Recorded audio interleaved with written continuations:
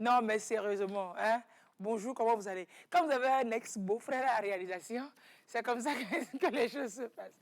Non, mais sérieusement, les gens disent que dimanche dernier, nous avons fait venir des mercenaires, le mot est trop lourd, des terroristes pour venir les intimider ici avec l'anniversaire d'Éléonore à la fin de l'émission, que machin. Bon, du courage, Yako, ça va aller, hein? Avouez et avouez. Je vous promets que je suis allé l'inviter à venir partager le gâteau avec moi. Il dit moi, qu'il y avait un gros. Ouais, moi, fringal comme ça. Daniel, on dirait que tu ne m'aimes pas. Non, mais sérieusement, il faut être courageux dans la vie. Mais tu m'inquiètes là.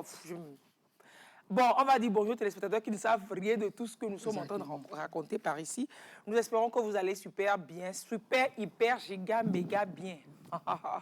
Quel adjectif. C'est vrai. Vous avez la forme en taille aujourd'hui. Oui, il s'est passé quelque chose hier nuit. Oui. Vers 1h, à 1h43. Il s'est réveillé. Je me suis réveillé. Il y avait un ami de Bala aussi qui s'était réveillé. Il m'a écrit comme par hasard. Je lui ai répondu. On a échangé pendant plus d'1 heure.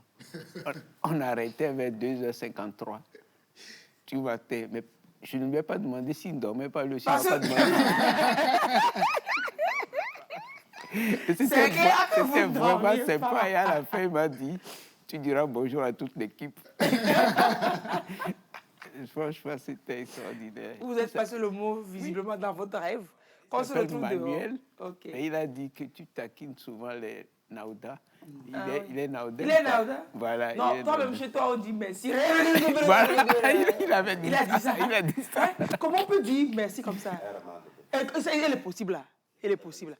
Regarde, en Kabyle, on dit comment? La balai. Excuse-moi, mais en Kabyle de Koumé, on dit la balai. La balai. C'est un fidèle, il a rappelé beaucoup de choses. On dit courant les poux. Il a recommencé. C'est quoi cette affaire? Pour un dimanche. C'est toi qui m'as branché, c'est vrai. Il était au bon, il était au la ligne. C'est vrai. On n'aurait pas dû la mettre sur cette piste-là. Oh, ben voilà, il ne fallait pas me mettre sur la piste. Oui, c'est vrai. Mais très bon dimanche à vous, monsieur Emmanuel, notre cher ami. Non, Manuel. Manuel. Dans tout ce qu'il avait choisi, il y avait Kouméa, c'est là où vous avez choisi. C'est pas votre problème. Très sympa. Très sympa. Et puis, je t'aime, me dit. Masso Campé, la personne va prendre ça pour t'escamper. Masso Campé, c'est la poudre d'escampette. Masso Campé. Poudre d'escampette, c'est voilà. Ah, ben là, si je là. Regarde, en Kabyle, on dit. Mazola. Et puis en Kabyle de Koumé, on dit. Mazola. Pourquoi tu vas à Koumé? C'est la vraie chose. Non. On quitte là-bas. Non, tu sais, c'est simple. Chaque fois que Lise parle de Kouméa, c'est pour dire que c'est le village le plus primitif chez les Kabyles, quoi. Et puis, Lise, il faut entendre un homme de Kouméa prononcer Radio Kara, la fidèle. Radio Kara. Allez-y. La vitelle. Radio Kara, la vitelle. C'est la fidèle, ça. Parce que les gens de Kouméa, ils ont l'habitude de prononcer le P à la place de B, le B à la place de P. Quand, supposons cette chanson... Le Saint-Père est parmi nous. Alléluia. L'homme de Kouméa chante ça autrement. Les Embers est parmi nous. Alléluia. Les Embers est parmi nous. Alléluia. Les Embers est parmi nous. Et là même, Agodé. C'est à côté ça, Agodé. Donc c'est ce Kouméa qu'on nous vendait depuis. C'est ce Kouméa qu'on nous vendait depuis. Il faut être là. Agodé. À côté de vous, bonjour, Bonjour. Ismaël, merci d'être avec nous ce matin.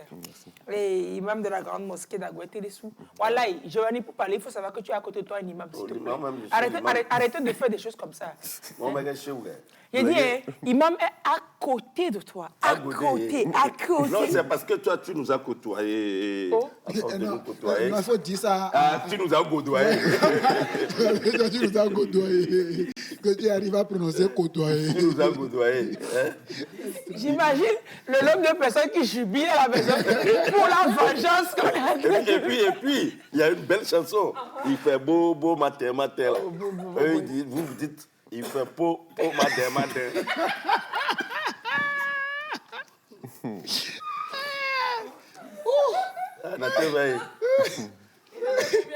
C'est combien? Et le doc qui demandait qu'on éteigne un peu la clim.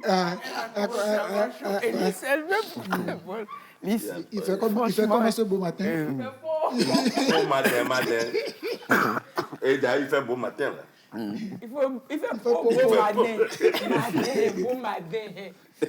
Non, soyez zen et rassurés, hein, la communauté kouméalaise qui nous suit ici dans toute la galaxie sur la Lune. On ne se laisse point distraire dans le système solaire et dans le système hors solaire. On ne se laisse point distraire. Pas Giovanni, oui, vraiment, j'ai besoin d'un mouchoir. Le quoi?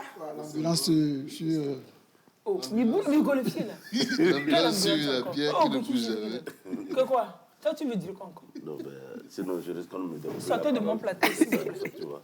Giovanni, Donc, je ne il dis plus rien, Je suis venu pour quelque chose, je crois que Tout à fait. je vais m'y atteler à cela. Et c'était qu'une parenthèse. Quel genre de parenthèse? C'est qu'une parenthèse. C'est comme les gens qui sont partis voir un jour et il y a des gens qui disent ça ne va pas, que nous tous nous sommes sous prêt, tout ça. Là. Et il y a des gens leur réplique, le pays est Dieu. Moi-même, n'est-ce pas? Je suis sous prêt également. Il a fait le prêt où? Mais si vous devez connaître, il faut demander, n'est-ce pas, Kanekato. À la BTCI, il a fait le prêt. Il a fait le prêt. Tout le monde est sous prêt. Tout le monde est sous prêt. Lui-même, il a dit que lui aussi, il est sous prêt. Ce genre de parenthèse, il faut faire. Mettez Donc, parenthèse. Giovanni, vous avez godoyé. On a goudouillé. On ferme la parenthèse. Fermons la parenthèse, continuons. Non, continuons. Ils sont fiers d'être de Kouméa, les gens de Kouméa, malgré toutes ces brimades. Façon, Les gens de oui, les gens de Gouméa. Gouméa. Kidjang. Donc, ils sont quand même fiers. Je suis avec toi. C'est vrai. Gonam. Giovanni dit que vous êtes quand même fiers. On est quand même fiers. Nous fiers ou fiers. Quand même fiers. Non, c'est vous dire que nous, en chorale, on chante Midinagbegan. En chorale. Et Bégan, et Il faut bien prononcer les choses en chorale. En chorale. C'est pas seulement il y a beaucoup de je ne sais pas si il faut dire ethnie ou des gens qui n'arrivent pas à prononcer certains mots. Les Sénégalais, certains Sénégalais, les Wolof, je crois, ils doivent dire est-ce quoi. Par exemple, si pour le stade, voilà, ils disent. Il ne peut pas dire stade. Voilà, ils disent Il ne peut pas dire stade, voilà, squelette. Il ne peut pas dire stade, voilà, squelette. voilà, Tu ils doivent- es spécial. Voilà. Ils épellent le S. Et les Congolais, ils renversent la place de U et de I. Tu seras pini.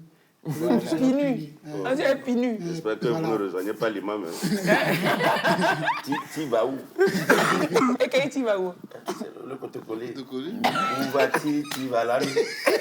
Où vas-tu comme ça la nuit?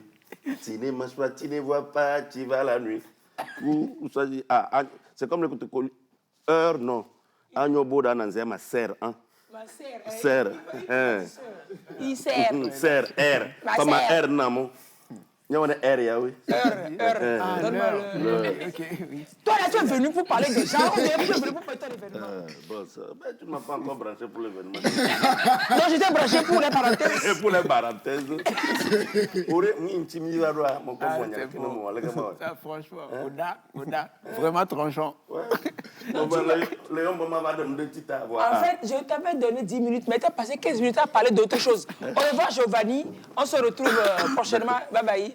Voilà. Très, très belle journée. Pardon. Si vous partez, je m'en vais alors. Et Dan et Gracia et Léonore vont me suivre. Je vais même amener l'imam avec moi. Tu m'emmènes pas, moi. Puisque c'est toi, Tu m'emmènes. qui nous a renvoyés. C'est quel genre de parenthèse, ça? Hey, vous allez arrêter votre parenthèse. Pardon. Ah, mais ça fait du bien. Oh, non, merci, tu m'as eu. Hein. Bon, pour tous ceux qui jubilent à la maison, vous n'en faites pas. Giovanni n'est pas ici tous les jours. Donc, Non, aujourd'hui, mais il nous a déjà passé le code. Quand tu vas commencer, Mais quand tu vas commencer, nous, on va sortir le code. Non, on va continuer. continuer. en sortant le gold. Oh, précieux Kouméa. Je t'aime toujours. Non, c'est vrai. Il n'a pas dit Gouméa. Non, attends, j'ai dit je l'aime toujours, je peux pas. Bah, bien sûr, je peux tu pas- dois l'aimer. Je peux pas Bah, c'est dénigrer- clair. Je peux pas dénigrer ça. Alors, c'est ça, hein, on dit souvent qu'on ne frappe pas sur un clou qui est déjà tordu. C'est sur le clou droit là qu'on frappe pour faire fonfon. Donc c'est parce que c'est nous qu'on frappe sur nous. Sinon, à part ça là, il n'y a rien. Nous-mêmes, on est zen comme ça. Donc, J'entends Giovanni dans... Donc la DO et sa famille aussi dira pareil. C'est parce qu'ils sont tordus qu'ils sont droits que vous frappez sur eux. Bon, ils sont trop des...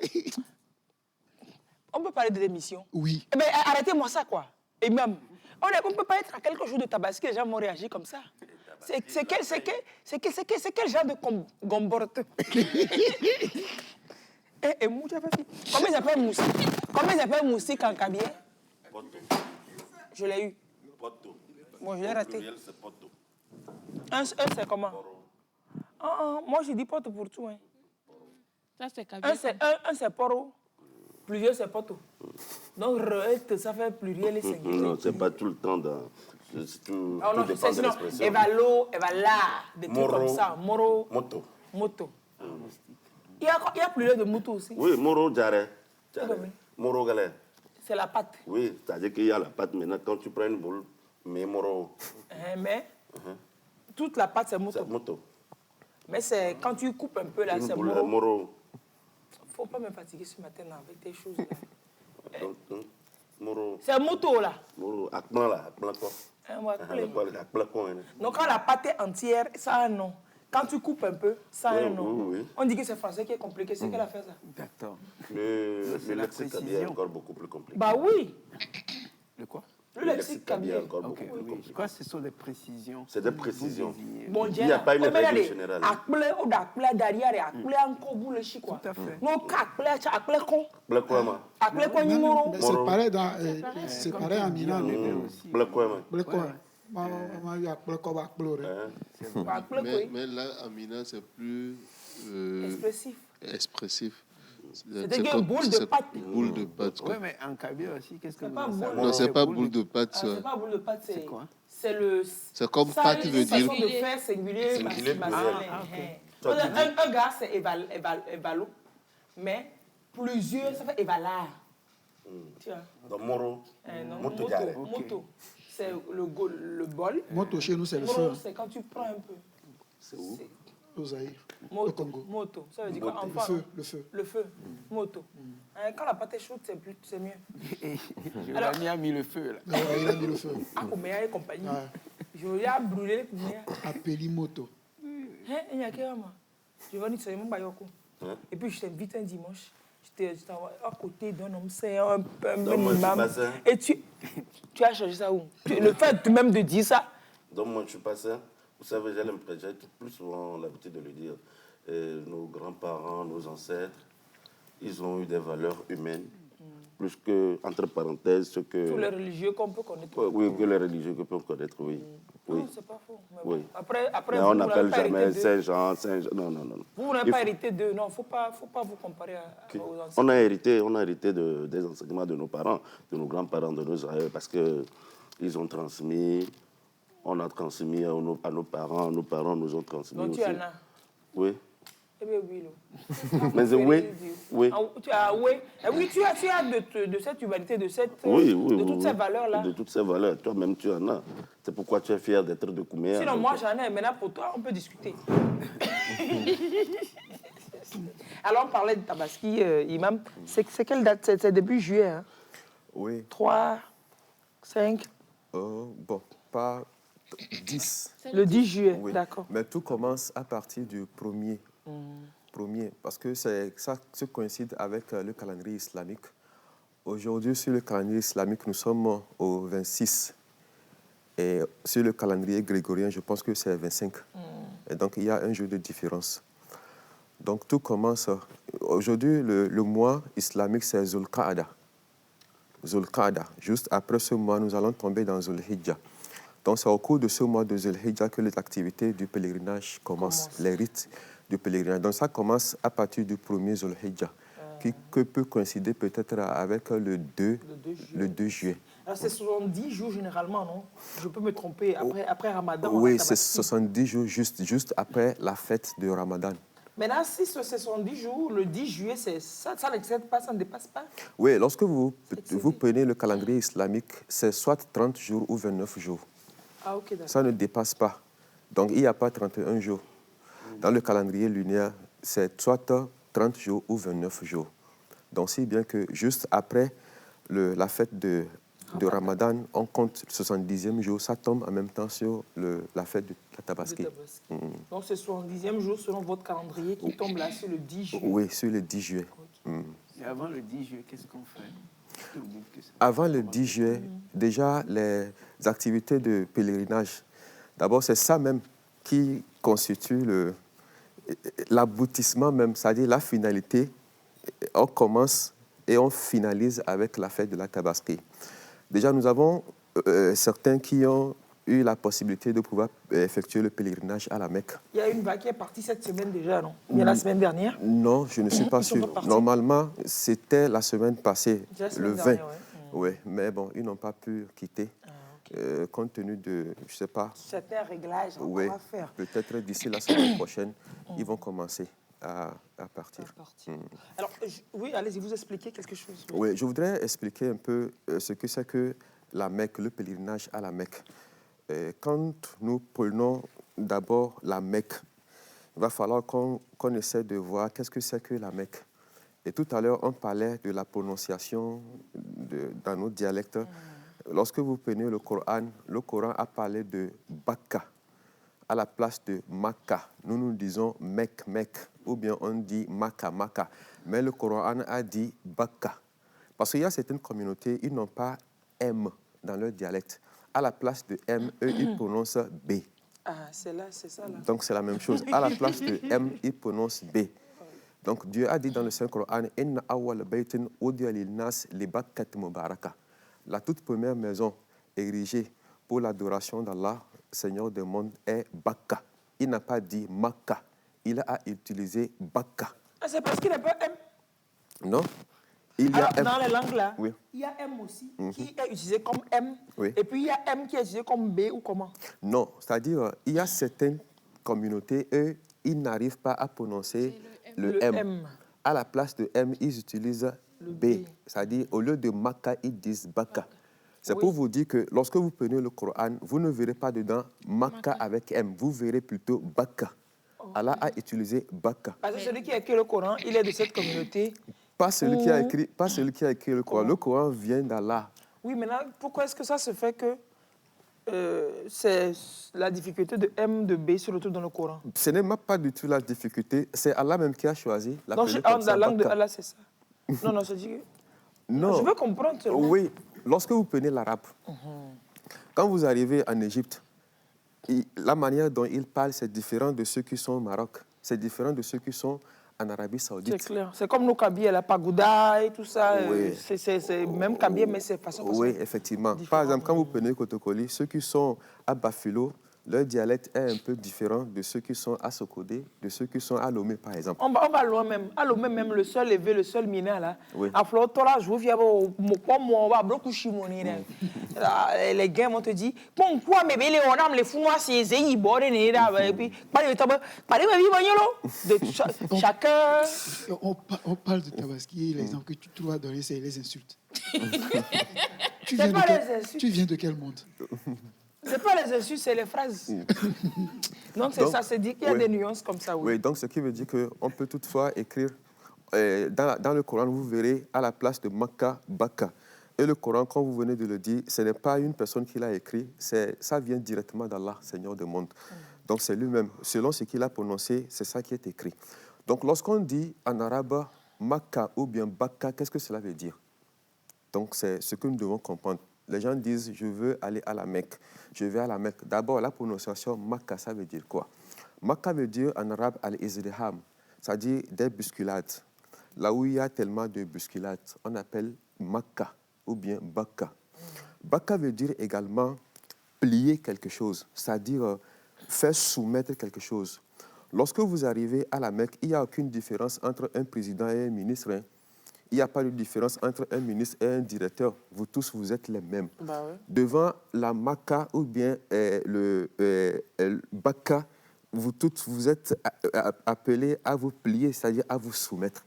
Il n'y a pas à dire que moi, je suis tel ou bien moi, je suis tel. Donc, c'est une maison devant laquelle tout le monde est obligé de laisser de côté son hégémonie, sa force et autres, son ego. C'est l'humain qui se retrouve là. Et ouais, vous vous pliez complètement à Allah, Seigneur du monde. Donc, déjà, lorsque vous avez la chance de réunir ces fonds-là pour effectuer le pèlerinage à la Mecque, c'est une grande grâce. Parce que Allah appelle des gens. C'est Allah qui appelle. Lorsque Allah vous appelle, vous allez effectuer ce pèlerinage-là. Il y a des gens qui ont des moyens, suffisamment de moyens, mais jusqu'alors, ils n'ont pas pu effectuer ce pèlerinage. Parce que leur cœur n'est pas encore atteint. Ce n'est pas encore atteint. Vous verrez que la Mecque ou bien le pèlerinage à la Mecque est au centre même de la préoccupation de chaque musulman. Un musulman assidu, un musulman fervent qui pratique réellement sa religion. C'est ainsi que vous verrez peut-être des monomamans qui vendent peut-être la bouillie ou bien à Imolou. Pour elle, sa préoccupation, ce n'est pas de construire une grande maison, mais tout le temps, elle dit que Allah mette dans mes revenus l'argent du pèlerinage, l'argent de la Mecque. Donc, ce qui veut dire qu'à la Mecque, il y a beaucoup de bénédictions. À la Mecque, lorsque vous allez à la Mecque, c'est tout comme si vous acceptez, vous répondez à l'appel de votre Seigneur, Allah, Seigneur du monde. Et quand on effectue le pèlerinage, effectivement, lorsque vous effectuez le pèlerinage à la Mecque et que vous arrivez à respecter toutes les conditions, à le faire comme cela se doit, selon le prophète sallallahu alayhi wa sallam, dans un de ses hadiths, vous allez revenir chez vous comme un nouveau-né qui n'a pas de péché. Mais il y a toute une condition qui est derrière. Parce qu'il faut remplir toutes ces conditions-là pour effectivement devenir comme un nouveau-né. Parce qu'aujourd'hui, il y a beaucoup de gens qui effectuent ce pèlerinage-là, mais ce n'est pas ça. Pour le snobisme, moi aussi j'ai été à la Mecque. Oui, moi aussi j'ai été à la Mecque. Déjà, lorsque l'idée, l'intention est comme ça ne vaut pas la peine. Parce qu'il y a des gens qui disent que nous aussi, il faut qu'on sauve l'honneur. Dans notre famille, il faut que quelqu'un aille. Oui, il n'y a pas un El-Hajj. Il faudrait que quelqu'un aille à la Mecque pour sauver l'honneur. Ou soit on dit que dans ce quartier, tout le monde a effectué, tous les musulmans ont effectué le pèlerinage, excepté moi. Donc je dois tout faire pour aller à la Mecque. Normalement, ce n'est pas l'intention derrière le voyage. Non. Ça. Certains se disent que non, il faudrait que... Oui. Ce n'est pas quand vous allez là-bas que la transformation en vous s'effectue. Ce n'est pas ça. Il faut partir d'ici. C'est vous-même qui deviez changer quelque chose en vous. Oui. Ce n'est pas la présence sur les lieux qui vous purifie. D'abord, il faut se mettre dans une condition avant d'aller. Et lorsque vous arrivez, lorsque ces conditions-là sont bien remplies, vous aurez ce changement-là. Mais lorsque les conditions ne sont pas remplies, c'est comme si la base est fauchée. Lorsque vous allez avec l'intention de devenir Al-Hajj, pour que les gens m'appellent Al-Hajj, vous arrivez là-bas, vous n'allez rien faire. Parce que lorsque l'intention est bonne, je vais à la Mecque pour me purifier, pour corriger certaines choses en moi. Déjà, on ne peut pas aller à la Mecque et revenir avec certaines habitudes. Un El-Hajj ne peut pas revenir et continuer à voler. Un El-Hajj ne peut pas revenir de la Mecque et boire de l'alcool, par exemple. Quelqu'un ne peut pas revenir de la Mecque et maintenant continuer à faire la fornication et l'adultère. Non. Et s'il retourne? Non. S'il retourne, ça devient de l'amusement. Il y en a qui vont plusieurs fois. Les gens se disent qu'il suffit seulement d'aller à la Mecque, tous mes péchés seront pardonnés. Donc, il se donne ce temps-là. Il fait de n'importe quoi. Il se dit que non, il y a la Mecque là-bas. Il suffit seulement de réunir 5 millions, je vais à la Mecque, je fais tawafi, le tour de la Kaaba. Le tour de la Kaaba, c'est fini, mes péchés seront pardonnés. Non, ce n'est pas ça. Quelqu'un, par exemple, qui offense ses parents, quelqu'un, par exemple, qui opprime ou bien qui fait du mal à autrui, ne peut pas aller à la Mecque et que ces péchés-là seront pardonnés. Non, c'est entre toi et ton prochain. Il faudrait que lui te pardonne d'abord. Il faut lui restituer ce que tu as pris. Si c'est les parents, il faut le corriger. Il faut essayer de leur demander pardon. C'est pourquoi, avant même d'aller à la Mecque, il y a des choses qu'il faut faire. Ceux avec qui ça ne va pas, il faut essayer dès maintenant de corriger cette relation-là. Les dettes que vous avez, vous allez essayer de payer ces dettes-là. Lorsque vous avez 5 millions pour effectuer le pèlerinage à la Mecque et que votre dette va jusqu'à 4 millions, vous n'êtes pas éligible. Il vaudrait mieux payer vos dettes avant d'aller à la Mecque. Lorsque ça ne va pas entre vous et vos camarades, essayez de leur demander pardon s'il faut demander pardon. Lorsqu'il faut restituer quelque chose que vous avez pris, il faut essayer de le restituer. Il faut être calme, clair, avoir l'esprit léger avant de décoller. Mais lorsque vous arrivez à la Mecque avec tous ces bagages lourds, c'est normal que vous n'obtiendrez absolument rien. C'est clair. Oui, donc il faut parfaire tout, corriger tout. Donc c'est une dynamique que je vais aller à la Mecque, je m'en vais me purifier, je m'en vais demander pardon. Donc c'est une démarche qu'il faut commencer, voilà, entreprendre déjà ici. Alors, donc moi, les péchés entre nous et Allah, ça c'est autre chose. Allah peut te pardonner. Ne serait-ce que donner 100 francs à quelqu'un avec une bonne intention, Allah peut te pardonner. Ne serait-ce que déplacer un caillou sur la route au risque de faire du mal à quelqu'un, à travers ce geste-là, Allah peut te pardonner. Donner de l'eau à un chien ou bien à un mouton, ce geste-là, à travers ce geste, Allah peut te pardonner tous tes péchés. Mais quant au problème entre nous et les humains, là, Allah ne peut pas intervenir dedans.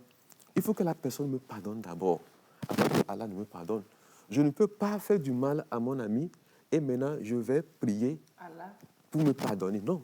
Il faut régler ça ici. Il faut régler ça. Même si l'autre ne te pardonne pas, la démarche de résolution que tu as va faire que Allah, lui, va t'accorder le pardon. Oui, il faudrait d'abord asseoir tout, parfaire toutes les relations, corriger tout avant de partir. C'est très important. Ce que je veux savoir, c'est quelle est la relation entre Tabaski donc, et le pèlerinage, puisque c'est en cette période que l'on fait le pèlerinage. Oui, la Tabaski, c'est la fête des musulmans ici. Le pèlerinage à la Mecque, déjà, ça commence à partir du 1er de Zulhijjah, c'est-à-dire ce qui va coïncider peut-être avec le 2 juillet, du 1er jusqu'au 10. Donc, le 9e jour, ceux qui sont à la Mecque seront sur le mont Arafat.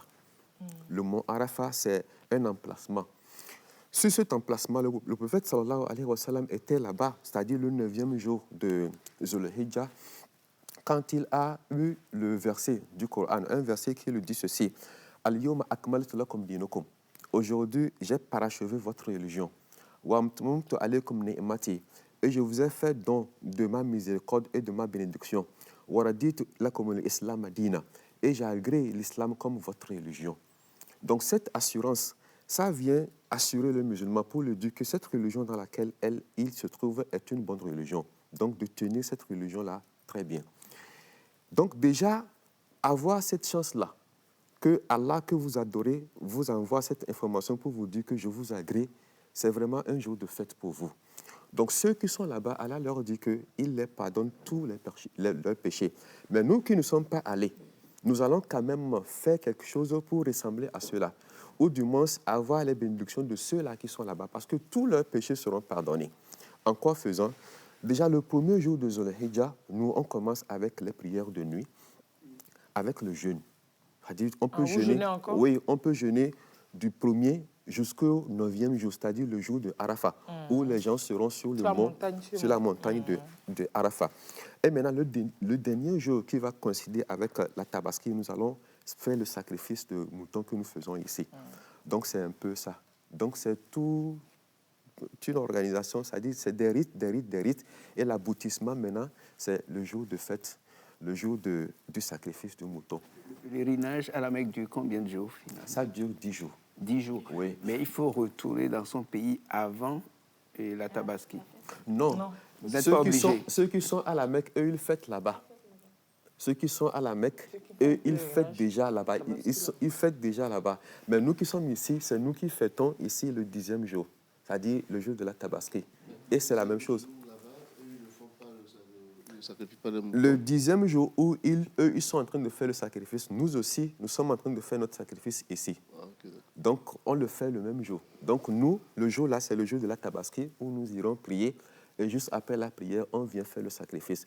Eux aussi, le jour-là, ils reviennent. Parce que c'est le 9e jour où ils seront sur la montagne, le mont Arafat. C'est très éprouvant. Il paraît que c'est là même le clou de la chose. C'est là même. Donc, le lendemain, en même temps, qui est le 10e jour, ils reviendront pour faire le sacrifice. Nous aussi, à notre tour, ici, nous serons en train de faire le sacrifice. Ils vont acheter des bêtes là-bas pour sacrifier aussi? Oui, ils achètent les bêtes là-bas pour faire le sacrifice. Mais les jours ne correspondent pas toujours. Il y en a qui font ça un ou 2 jours même avant d'autres. Tabaski. La tabaski? Oui. Non. Pour la tabaski, Ramadan qui c'est joue Ramadan souvent. Non, mais à Dakar, Non, en fait, je pense que c'est Il y a les confréries, c'est les confréries, en communautés, fait. les différentes C'est les confessions. différentes confréries. Bon, peut-être ça peut être les décalages horaires. Je prends non, mais l'exemple- dans le même dans le pays. même hein. pays. Dans le même Sénégal. Dans le même Sénégal. Oui, dans le même Sénégal, il faut dire qu'il y a des sectes là-bas. Ils sont tellement nombreux. Il y a des Wahhabites, il y a des Ahmadiyya, il y a des Shia. Ils sont là-bas beaucoup. Donc, je parle des sunnites. Normalement, c'est quoi la grande majorité des musulmans? C'est quoi? C'est les sunnites là? C'est les sunnites. C'est les sunnites. Il y a des chiites qui sont... Il y a des mourides, il y a des wahhabites, tout ça. Ce sont des sectes. Donc c'est comme la chrétienté ici. Ministère international, Jésus revient dans 2 jours. Et puis, Christ est la solution. Et puis, Jésus vient, on va se marier. Il y a les En fait, catholiques, il y a les protestants, il y a les évangéliques. Les évangéliques, il y a de tout ça, quoi. Donc, il y a un peu tout ce qu'on voit dans la chrétienté ici, comme ça, au Sénégal. Non, Jésus est ministère du chemin direct sur le ciel, tout ça. non, ce Comment? n'est pas ça en tant que tel. C'est comment? Vous verrez que, quelle que soit cette diversité, nous tous, nous faisons les 5 prières quotidiennes. Et pour ces prières-là, vous ne verrez jamais quelqu'un dire que lui fait face à l'ouest. Nous tous, nous faisons face à l'est, c'est-à-dire à la Mecque. Il n'y a pas un musulman qui vous diront que le ramadan n'existe pas. Tous, ils jeûnent. Non, tout comme certains ne croient pas en Oui. la Trinité ici, etc. Oui, tout y est. C'est la même foi. Vous ne verrez pas quelqu'un comme ça, d'un autre secte, bon, pour vous dire que la zakat n'existe pas, c'est-à-dire le monde. Le monde. Ou bien vous dire que le pèlerinage à la Mecque n'existe pas. Donc, Alors, qu'est-ce qui différencie? Qu'est-ce qui est l'essence Qui de fait qu'ils ne sont pas ensemble. oui, ce qui différencie un peu, c'est au niveau de la pratique, de la compréhension. Des fois, certains font d'autres commentaires sur certains versets, par exemple. C'est extrait, oui, allez-y. Oui, je peux donner un exemple.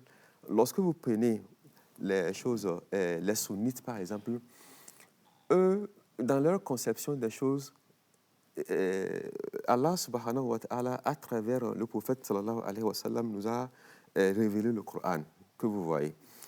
Et pour certains, je prends par exemple l'alcool. Allah a dit expressément dans le Saint-Coran que l'alcool est formellement interdit. Mais avant d'en arriver là-bas, il y a eu des interdits, puisque il y avait une dépendance aux Arabes. Ils avaient cette habitude-là de prendre de l'alcool. Mais avec l'avènement de la religion musulmane, on ne peut pas toute leur dire en même temps de stopper l'alcool. Ce serait très compliqué. Donc, il faut aller d'une manière progressivement pour leur sortir dedans. Donc, les tout premiers versets qui ont été révélés au prophète sallallahu alayhi wa sallam parlant de l'alcool, c'est de leur dire de ne pas s'approcher des lieux de prière en étant ivre. Donc, certains ont compris en même temps qu'il faut cesser l'alcool. D'autres se sont dit non, nous allons continuer de boire. Mais pour les heures de prière, on fera tout possible pour avoir la lucidité et pouvoir aller faire la prière. Donc, eux, ils ont continué de le faire. Donc, vous allez voir que sur ces petits points-là, un sunnite peut dire que Allah a dit de stopper, de ne pas boire. Donc, lui, il ne touche même pas à l'alcool. Mais pour quelqu'un comme ça, il lui peut dire que non, dans le Saint-Coran, Allah a dit de prendre de l'alcool. Mais avant d'aller faire la prière, de tout faire pour avoir son esprit clair. De ne pas être saoulé. Oui. Donc, eux, ils peuvent développer une idéologie autour de cela pour dire que du moment où c'est Allah qui l'a dit, donc nous sommes dedans parce que c'est un verset du Coran. Donc, il y a la différence. C'est en interprétation, oui, simplement. Oui, c'est à ce niveau-là qu'il y a certaines divergences. Mais pour un sunnite, du moment où Allah a dit de ne pas le prendre, donc ce qui veut dire que ce n'est pas bien. Donc, il faut carrément laisser tomber, vu les conséquences également. Donc, c'est une affaire d'extrémisme, de modéré, de progressiste. Oui, c'est pourquoi vous allez dire que vous allez en prendre quelqu'un dit que non, nous sommes des musulmans modérés. D'autres fois, on dit que nous sommes des... c'est les chiites, ça. Oui. Oui. Au même moment, vous verrez certains qui prennent certains versets du Coran. Ils exagèrent, extrémistes. Ils exagèrent. Le genre de parent qui peut dire, qui sort sa fille très, très brillante de l'école. Oui. La fille doit passer elle est en 3e, première de 4e pour aller en 3e. Oui. Le BPC était assuré. Le papa sort l'enfant de l'école. Oui. On cherche à savoir, il dit non, qu'il ne veut pas avoir à répondre à Allah, si la fille vient à être souillée, que c'est lui, le parent, qui doit répondre. Donc, que de toute façon, elle grandit et puis elle est jolie, elle se développe là. Un garçon risque de la... Donc le papa prend et puis donne un mariage cadeau comme Mignam. Oui. Il a pris la fille, il a donné un mariage à quelqu'un en cadeau parce que le papa dit qu'il ne veut pas avoir de problème avec Allah. Parce que si la fille se souille, c'est à lui de payer. Donc c'est ce genre d'interprétation bizarre qu'il n'y a pas en islam. Pour certains, par exemple, porter un manche long ou bien des pantalons comme ça, non. Il faut être en boubou. Pour d'autres personnes, par exemple, c'est bien vrai. En islam, la sunnate recommande à ce que l'homme, pour porter des boubous, que ces boubous-là ne traînent pas au sol. C'est-à-dire qu'ils portent des trucs un peu sautés. Vous voyez? C'est pour ça que les pantalons, que je comprends mieux. Vous verrez certains qui porteront des pantalons comme ça, un peu sautés, ou bien un habit comme ça. Mais, Pour que la dilution... oui, pour que quand vous marchez, qu'il n'y ait pas de souillure, tout ça là. De saleté. De saleté.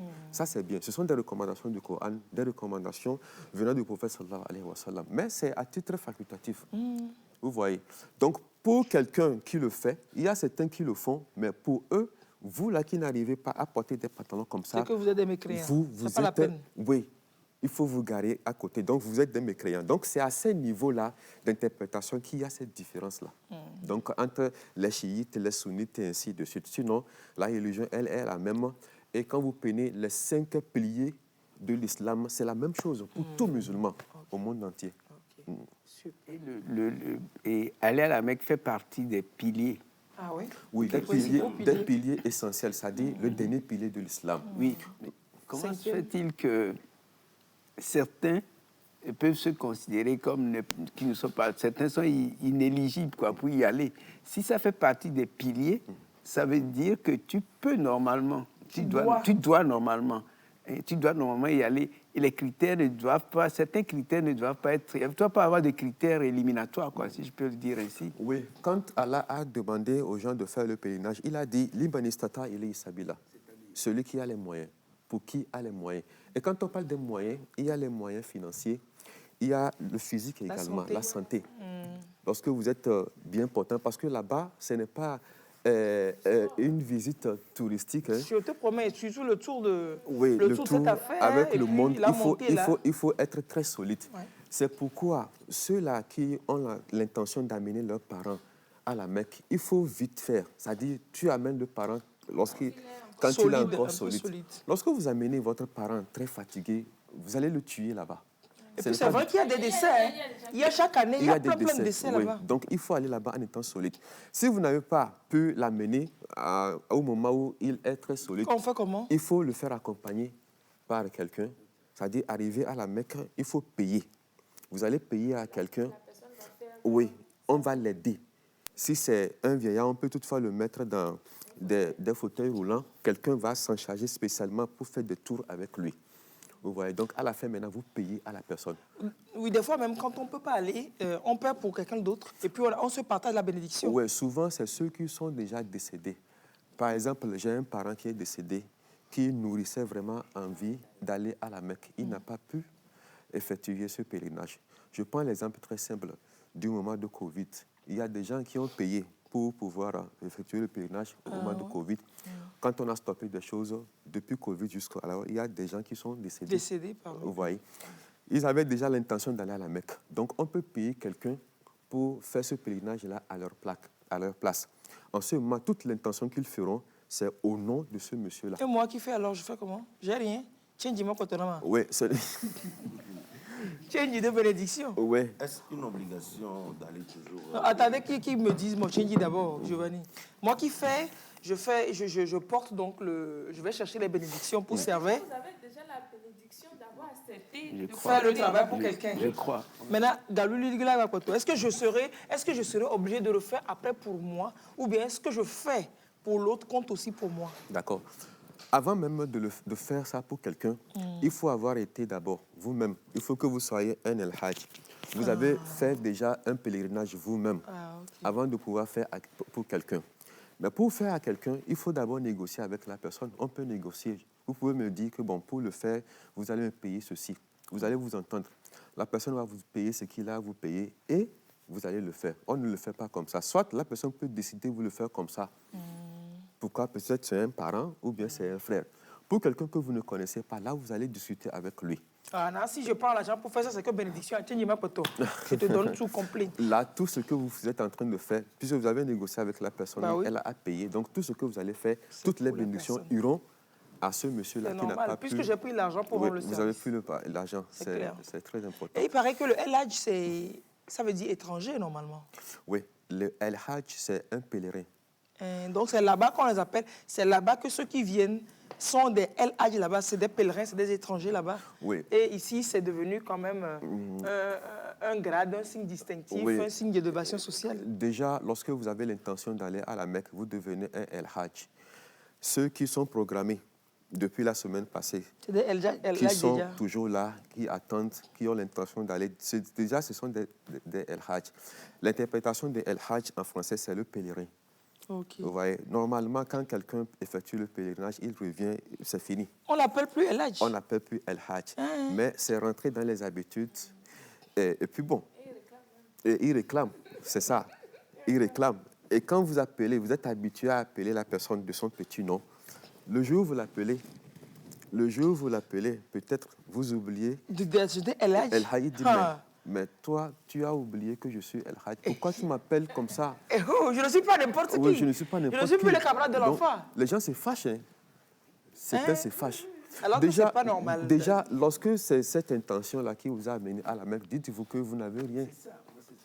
Oui, c'est ce que je disais. C'est pas de l'exhibitionnisme. quoi. Non. Au fond, c'est une question de foi. Oui, il y a d'autres carrément, quand ils vont, leur préoccupation, c'est de mettre les dents en or. Avec Sikadou, oui, bien sûr. Oui, Les c'est gens, vrai. ils vont là-bas, il faut que ça, c'est le signe distinctif que la dame, le monsieur, elle a la Mecque. On met une dent en or. Aujourd'hui, oui. On fait ça à la Mecque. Effectivement. Il y a certaines choses, on le dit. Oui, oui. Peut-être que certains musulmans ne seront pas contents, mais Ils vont se fâcher, nous sommes obligés de le dire. Là, même si vous n'êtes pas content, j'aurais aimé que vous le soyez pour que votre pèlerinage soit parfait. Fructueux pour Oui, vous. fructueux pour vous. Ouais, vous pouvez être fâché contre moi, ce n'est pas grave. Il y a des gens qui vont à la Mecque spécialement, c'est pour mettre les dents. Et aujourd'hui, chez nous ici, parce que je suis au Togo, je vois un peu la réalité. Il y a des femmes, surtout du C'est les côté des femmes. femmes, elles mettent 3 dents. Et celles qui mettent 3 dents en or, ils ont leur surnom. Oui. Et ceux qui mettent deux dents, eux aussi, ils ont leur nom. Ceux qui mettent Une dent, une ouais. dent aussi. Pour celles qui mettent 3 dents, c'est les hadiyas, les Et vrais ça. pareil, Oui, les top niveaux. Elles, maintenant, Al-Hadj Sikadou. effectivement, pour elles, elles sont au top niveau. Il n'y a personne qui pourra s'égaler à elles. C'est-à-dire qu'après elle, c'est elle, quoi. Dieu même, là, on va réfléchir, on va discuter. Et maintenant, celles-là qui ont mis les 3 dents se moquent maintenant de celles qui ont mis 2 dents. une dent ou Une bien dent. 2. C'est-à-dire ceux-là qui ont... On va vous voir. Eh, On dit, Baba Kengwe. c'est que c'est à eux là, c'est avec peine qu'ils ont fait le pèlerinage. C'est en économisant, c'est avec peine, avec souffrance qu'ils ont pu faire. Regarde, il a mis une dent. Pour ceux-là qui n'ont même pas mis la dent, Ah là, c'est gâté. c'est gâté. Donc déjà, lorsqu'on a cette intention et on se rend à la Mecque, ce n'est plus la peine. Il y a d'autres, quand ils arrivent là-bas, soit il est préoccupé, comment ferais-je pour trouver la dent en or et mettre? Comment ferais-je pour trouver des grandes boutiques, faire des achats, acheter des habits par-ci, par-là, pour que du retour de la Mecque, je puisse porter, pour montrer aux gens que mes habits-là, c'est des habits de qualité. Qui vient de la Mecque. Effectivement. Alors l'intention, le spirituel est mélangé Déjà, là-bas. arrivé là-bas, on oublie carrément l'adoration. Parce que c'est l'adoration toujours. Les prières. C'est clair. Vous n'aurez pas le temps d'aller à la boutique, même acheter quelque chose. Vous êtes à la Mecque, vous êtes en train de faire la prière, vous êtes en train de faire tawafi, vous êtes en train de faire Safa wal Marwa, vous êtes en train de vous rappeler de votre Seigneur, Allah, Seigneur du monde. Vous êtes en train de prendre un engagement. Parce que ce que nous prononçons quand on arrive à la Mecque, c'est Labbaik Allahumma labbaik. Labbaik la sharika laka labbaik. Ça veut dire quoi? Labbaik Allahumma labbaik. Allah, j'ai accepté ton appel. Avant d'accepter cet appel du pèlerinage, il faut avoir accepté certaines choses. J'accepte être musulman. J'accepte ne pas t'associer à quelque chose. J'accepte faire les prières, les 5 prières quotidiennes. J'accepte m'éloigner de tout ce qui est interdit. Donc, la dernière acceptation, c'est venir à la Mecque. Lorsque vous arrivez à la Mecque, c'est pour dire à Allah que j'ai accepté toutes les recommandations qui se trouvent dans le Saint-Coran. Maintenant, je viens devant toi, Allah, pour prendre un engagement. pour te dire qu'à partir d'aujourd'hui, je voudrais faire les choses selon ta volonté. Et vous devez être là. Vous vous rappelez de ce qui est passé. Parce qu'on ne se lève pas comme ça demander pardon à Allah. Hein. Il faut 3 conditions. La toute première condition pour demander pardon à Allah, c'est de regretter les actes passés. Parce que lorsque vous demandez pardon à Allah sans regret, ça ne vaut pas la peine. C'est clair. Je demande pardon, mais ça ne me dit rien. Je demande pardon, au même moment, j'ai l'intention de retourner dans l'erreur le soir. Ça ne vaut pas la peine. D'abord, il faut regretter l'acte an-nadam ala ma fata. Wa niyyat alla ya'uda ila zambin. La deuxième chose, c'est d'avoir l'intention de ne plus retourner dans cette faute-là. Et la troisième chose, maintenant, c'est de prendre un engagement avec Allah que le temps qui me reste à vivre sur cette terre, je ne vais plus jamais retomber dans ces fautes. Lorsque vous avez ces 3 conditions, et que ces conditions-là sont vraiment ancrées en vous, dans votre cœur, c'est en ce moment que les péchés sont pardonnés. On ne se lève pas comme ça, dit Astaghfirullah, Astaghfirullah, ou bien ce que les gens disent là, Safrullah, Safrullah, Safrullah, pour que les péchés soient pardonnés. Non, il faut avoir rempli ces 3 conditions. Donc, lorsque j'arrive à la Mecque, il faut vraiment être concentré sur ces 3 choses-là. C'est très important. C'est valable pour tout le monde. Oui, merci pour le bon sens même et la morale. C'est clair. Si tout ce que vous dites là, ce que l'islam demande, c'était appliqué comme il se devait, ben, le monde serait l'antichambre du paradis. Effectivement. Oui. C'est très important. Et Donc, c'est valable pourquoi, pour tout le monde. avec tout ceci, déjà à la Mecque, vous êtes tellement occupé. Oui, vous n'allez Oui, mais les dents. Non, non, mais ça, mais, oui, parce que ça me. Mais c'est bizarre que vous non. Alors que, que vous ne serez pas dans les histoires. Ouais, des dents, voilà. Mais Alors est-ce qu'on enlève une ou pour mettre d'autres ou comment ça se fait?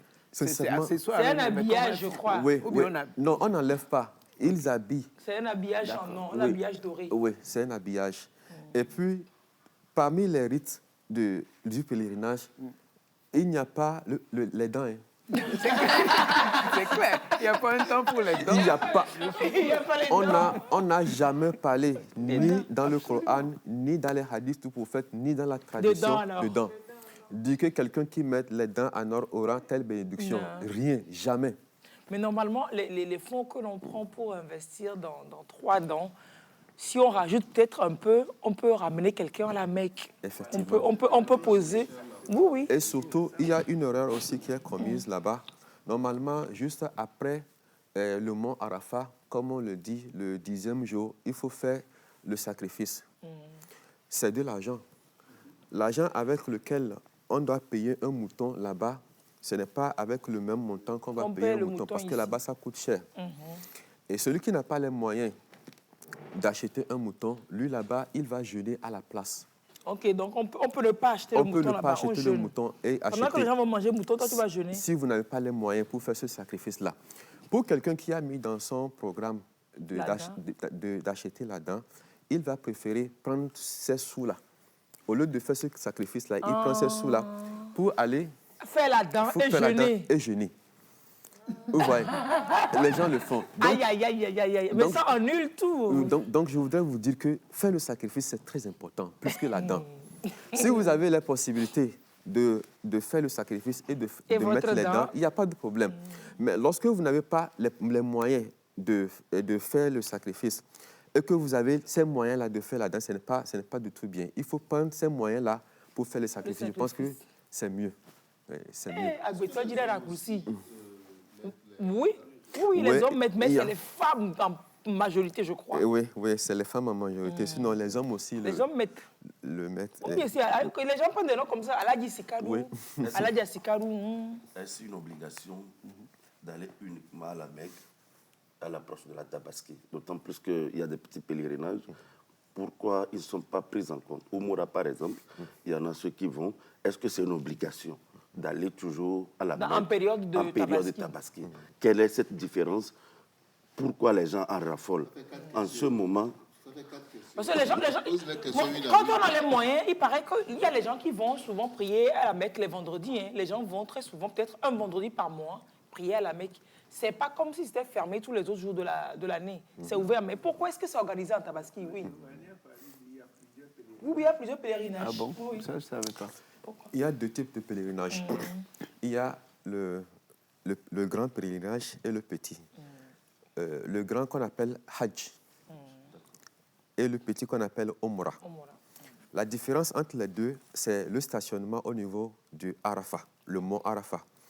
Pour le petit pèlerinage, il n'y a pas Arafat. Vous n'irez pas là-bas au mont Arafat. Mais pour le grand, vous irez sur le mont Arafat. Alors, quelle est la symbolique du mont Arafat? C'est là-bas que Abraham est... Bon, dites-nous, qu'est-ce qui s'est passé là-bas? Quelle est la symbolique de ce stationnement? Ce stationnement au niveau de Arafat, tout d'abord, Allah voudrait nous voir, nous tous là-bas. Parce que déjà, quand on est sur le mont Arafat...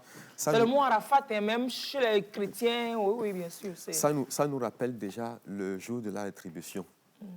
C'est-à-dire le jour du jugement dernier où tous les êtres humains seront réunis devant Allah, Seigneur des mondes.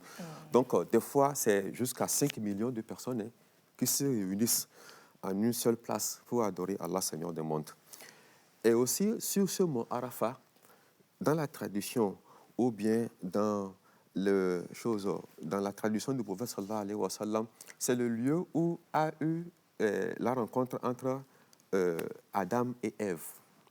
Parce que quand Allah, Seigneur du monde, a demandé à Adam et sa femme, Ève, de ne pas toucher aux fruits défendus, je pense qu'il y a ça également dans la Bible, quand ils l'ont fait, il y a eu une séparation entre les deux. C'est-à-dire qu'ils ne se retrouvaient plus.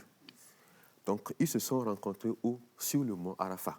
Donc, après le péché? Après le péché. Donc, après le péché, Adam cherchait sa femme, ne le retrouvait plus. La femme aussi cherchait Adam. Donc, ils se sont retrouvés là-bas sur le mont Arafat.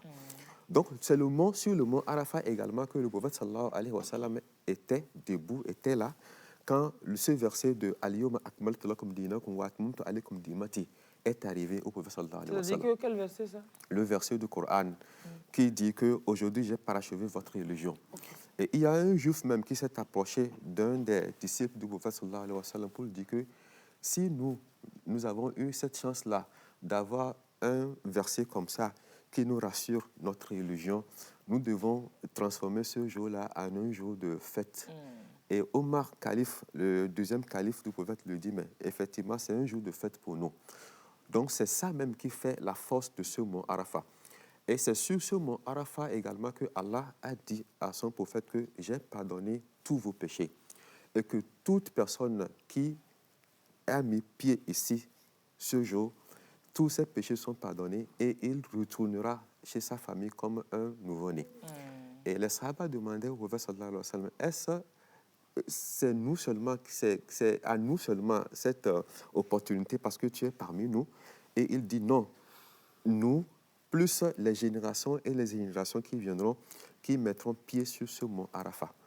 Donc, c'est un peu la force ou bien la différence entre le Hadji, le grand pèlerinage, et Al-Umrah, qui est le petit pèlerinage. Donc, pour le petit pèlerinage, on peut se rendre à tout moment.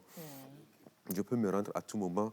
Au moment de Ramadan, je peux décider d'aller. Puisque arriver pour le petit pèlerinage, c'est seulement les 7 tours rituels de la Kaaba que vous ferez, les Safa et Marwa, plus quelques rites que vous allez faire. C'est la même importance. Est-ce que vous avez en retour le pardon des péchés ou bien vous renaissez? Oui, effectivement, beaucoup même. Ok. Beaucoup. Donc c'est pourquoi souvent ceux qui sont au Nigeria, la grande majorité des gens là-bas, eux, pour la Mecque, c'est comme à côté. Ils vont réguler, ils vont à la mosquée là-bas. Oui. Excusez-moi, ça n'a rien à voir avec ce qu'on me dit, mais le Nigeria, c'est un autre monde, quoi. Vous allez à Port-à-Court, des jets privés. Oui, c'est comme les émigrants. Franchement, quoi. Oui. Sur la piste, je vois... C'est en Afrique, hein? Il y a, En Afrique, il y a des gens même là-bas qui font la prière de vendredi Vendredi là-bas. à la Mecque. Ça m'étonne. Oui, c'est comme la mosquée. Il va y faire la... Oui, Il pour lui c'est revient. comme la mosquée. Il va y faire la prière de vendredi, il revient. Il revient. Oui. C'est un autre monde.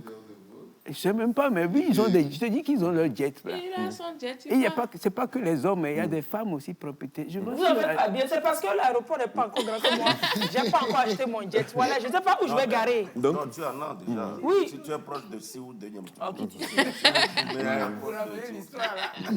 Ouais, ben, pour Giovanni, tu n'es pas sûr de parler de ton événement dans l'émission aujourd'hui avant la on a fin. encore 1 heure. donc c'est pour vous dire qu'au Mora, il y en a beaucoup. Donc, c'est le Hadji qui est une seule fois dans l'année.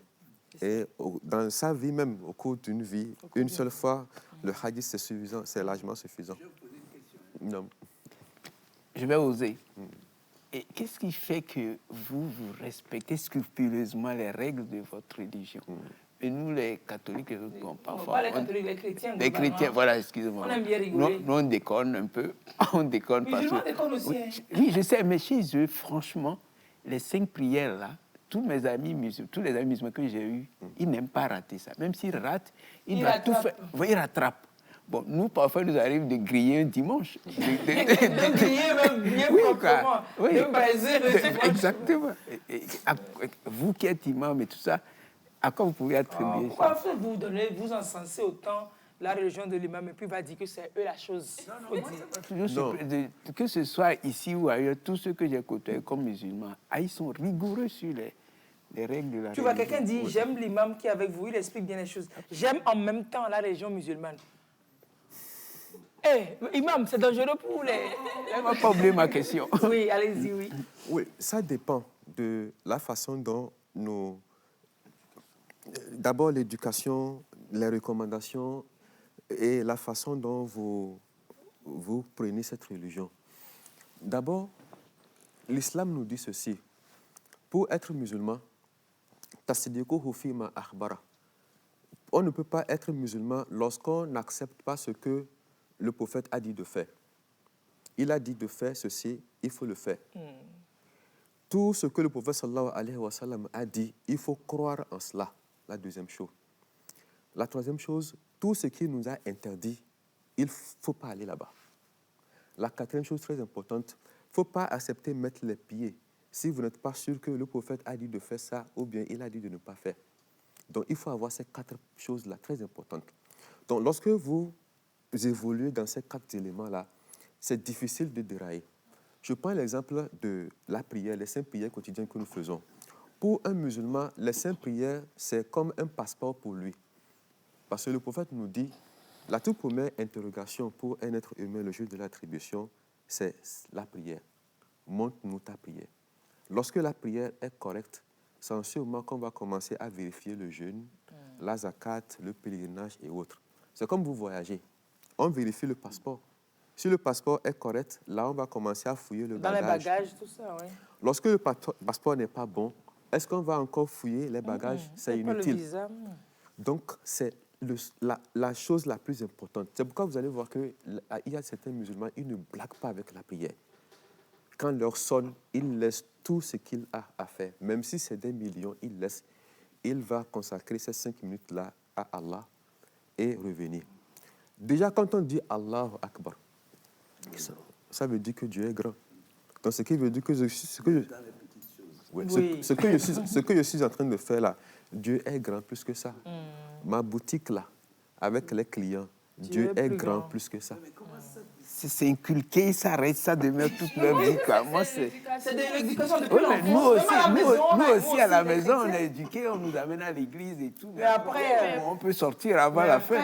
Mais oui, après, quoi. Chez vous, bon, c'est vrai qu'il y en a qui déconnent. Je connais ou deux aussi qui boivent comme des trous dans le sable. Le problème, je me dis que l'islam, c'est la religion de la soumission. Oui. Donc, vu que c'est à la base, c'est la soumission, toi, le musulman, tu dois te soumettre. Il n'y a pas à réfléchir 2 fois. Alors que le christianisme parle de la miséricorde divine. Donc, Dieu nous comprend, quoi. Donc, quoi. Alors qu'à l'islam, ce n'est pas ça. Dieu comprend, mais soumets-toi à Dieu, Dieu aussi exaucera tes vœux. Effectivement. Et comme on le dit, nous tous, lorsque la prière arrive, il n'y a pas de différence entre les mosquées. Hein. N'importe quelle mosquée, vous rentrez pour faire la prière. Les différences que je viens de dire là, il n'y a pas en tant que telle ces différences. Okay. Mais au niveau de l'église, par exemple, il y a une différence nette. C'est clair. Vous allez voir que... Catholique ne va pas rentrer chez évangélique presbytérien. Oui. L'autre ne va pas rentrer chez Céleste, ne va pas rentrer chez ministère des Amis. Et prier à l'heure de la prière. Ah bon? S'il n'y a pas de mosquée tout autour et qu'il y a une église, il peut... Bon, c'est l'imam seulement qui peut me dire ça, je veux croire. J'ai menti. Je peux même prier ici. Il prie partout, le Il musulman. prie partout. En période de Covid, vous n'avez pas vu cette belle image en Allemagne, Allemagne, oui. que les mosquées étaient fermées. Je pense que la mosquée était trop exiguë. Oui. Et L'église une église leur a était plus laissé, l'église catholique leur a laissé une paroisse. Et ils prient dedans les vendredis. L'église vient faire ça, mais aussi les dimanches. C'est top, quoi. Toute la terre, C'est extraordinaire. toute la terre pour nous, c'est une mosquée pour nous. Pourvu qu'il n'y ait pas de saleté là-bas, on n'urine pas. Quand c'est correct, on peut... On urine. Il n'y a pas Il faut d'urine. insister là-dessus. On urine partout maintenant. C'est pas normal. On suit la mosquée, là. Non, il y a les lieux de prière diminuent. On suit la mosquée. On suit les Partout mosquées. C'est pas maintenant. possible. C'est pas normal. Donc c'est un peu ça. Donc c'est ça même qui fait la différence. Donc quand on est ensemble, il n'y a pas de différence, excepté quelques petites zones d'ombre. Ouais. C'est ça. Sinon, il n'y a aucune différence. Des C'est zones ça qui d'ombre, donne, malheureusement, il y a c'est ça quelques- qui donne cette force-là à l'islam. Ça fait que plus l'éducation à la base déjà, ça va. Inch'Allah. Je suis chrétien, mais félicitations à l'imam. Non, Il explique sincèrement. bien. Oui, parce que moi, je trouve aussi, quoi, parce que c'est le même Dieu après tout. Oui. Tu vois, maintenant, on prend différentes voies, mais ça ne doit pas faire de nous des ennemis Non, des autres. même Quoi. pas. Moi, c'est ça. Même pas. Et ce Et qui vous me devez vous choque, sentir, oui, allez-y, ce ça. qui me choque parfois, c'est quand on me dit que les sunnites ont attaqué les chiites, les trucs, voilà, des trucs. Et puis, je ne sais pas si je me trompe, mais avant, quand on était petit, on n'entendait pas ce genre de choses. Ouais. Parce que tu étais petit. Oui, peut-être. Mais je crois que c'était pas aussi courant, quoi. Tu vois. Maintenant, Aussi qu'on n'avait pas tous ces moyens d'information, Peut-être, les réseaux peut-être, sociaux. peut-être. non, moi, c'est pas par les réseaux sociaux, mais beaucoup plus par les journaux, quoi. Et on les apprend. Avant, il n'y en avait pas autant aussi, Oui, les peut-être. journaux d'information. tout ça. L'imam donne envie d'être musulman. C'est pas l'imam qui va vous donner Moi, un quand bien. j'ai vu Il faut l'imam, faire je ça m'attendais. de- Il faut faire ça Mais bien moi, de votre- Je m'attendais à boire du coco. à prendre du Moi, il y a un musulman qui m'avait une fois dit que nous tous, nous sommes des musulmans, puisque musulman veut dire croyant. Croyant. Donc, tant que tu crois en Dieu, tu es musulman. C'est vrai, musulman, vraiment. La soumission, Non, musulman, est-ce que musulman veut dire Musulman veut croyant? dire quoi? un musulman, d'abord, il a différents degrés. Nous avons C'est celui qui musulme. musulman, c'est quelqu'un qui est soumis. Quelqu'un qui est soumis en L'islam, Allah, oui. l'islam. C'est-à-dire c'est soumis. l'islam, quelqu'un qui est soumis, qui a accepté se détacher de tout, d'associer quelque chose à Allah et de garder Allah seul comme son Seigneur. Donc c'est ça un musulman. Et maintenant, dedans, il y a des différents degrés. Vous voyez, un musulman, il y a un moumin, il y a un, ainsi de suite. C'est ça. C'est vrai que les jeunes filles ne vont pas à la mosquée et qu'il faut avoir plus de 50 ans, je ne sais pas, il y a une histoire comme ça. Non, jamais. Les jeunes filles vont à la mosquée. Les jeunes filles vont à la mosquée. Mais jusque-là, les femmes ont leur quartier. Oui, les femmes ont leur côté. Il faut faire également attention. C'est bien vrai que c'est un lieu d'adoration. La femme, ce n'est pas seulement l'habillement. Des fois, la voix de la femme peut attirer quelqu'un, Le perturbé. le perturber. Et oui, c'est... Il y a la voix, il y a le teint, il y a beaucoup de choses. Il y a la... Il Le y a, duo. il y a- La voix d'un garçon aussi peut perturber la femme Effectivement. aussi. Pourquoi est-ce que c'est... La mienne. Pourquoi est-ce que c'est les hommes seulement qui sont pris en compte? C'est comme Il si, y a- pour il y a- vous, c'est la femme qui est l'objet de convoitise de... Oui. Non, c'est pas une affaire de discrétion Si, ici, si, ça. les femmes, vous avez d'autres caractères que les hommes n'ont pas. Non, Moi, il je me crois- justifier pourquoi on case les femmes dans un coin à la mosquée, en fait. Expliquez-nous, On on les les case. pas, on les case On pas. case les On leur femmes donne quelque leur part. place. Elles ont une place. On ne les mélange pas parce qu'il paraît que quand la femme... ça peut mélanger les gens, l'esprit déjà. Ça peut pas... Ou bien c'est ça, non? Non, c'est pas tellement. Je crois pas. Je suis pas musulman. Il n'a qu'à dire. Parce que ce n'est pas seulement la mosquée. C'est pas seulement la mosquée qu'une femme se baisse. Imam, Non, imagine peut-être. il y a l'imam qui est là. Peut-être, je comprends peut-être ce que Lys veut dire. Que quoi? Si, bon, tout le monde doit prier ensemble et Eh. que la femme est devant toi, par et puis qu'elle exemple, c'est ça déjà, tu bon, as oublié là où tu étais. C'est pour ça, non? Non, ce n'est pas, ce n'est Il va pas nous ça. expliquer. Pourquoi est-ce que... Pourquoi les femmes doivent être à part? D'abord, C'est les humains, là. Dieu n'a pas créé un jardin d'Éden. Excusez, Dieu n'a pas créé un jardin d'Éden pour Ève et un jardin pour Adam à part. Ils étaient ensemble. Donc dites-nous. ok. J'étais en train d'expliquer pourquoi les femmes sont mises à côté. Avant de revenir, pourquoi les femmes sont mis à côté, je reviens un peu à... Tout à l'heure, le frère a fait Oui, la simulation. la simulation. Que veut dire cette simulation-là? Mettre le front au sol. On ne le fait pas comme ça. Quand vous posez votre front au sol, qui vous donne cette position-là que d'autres interprètent autrement ou bien ils font la pagaille avec, ça c'est autre chose.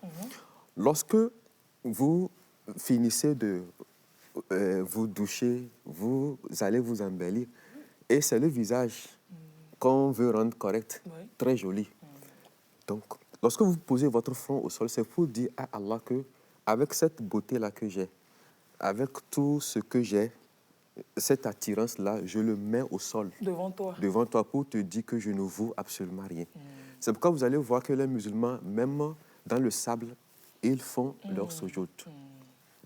Pour un président ou bien un directeur, par exemple, il veut démontrer à Allah que malgré que les gens me respectent, malgré que je suis craint, c'est toi qui as la chose. devant toi, je ne vaux rien. Je me plie complètement, je me remets à toi.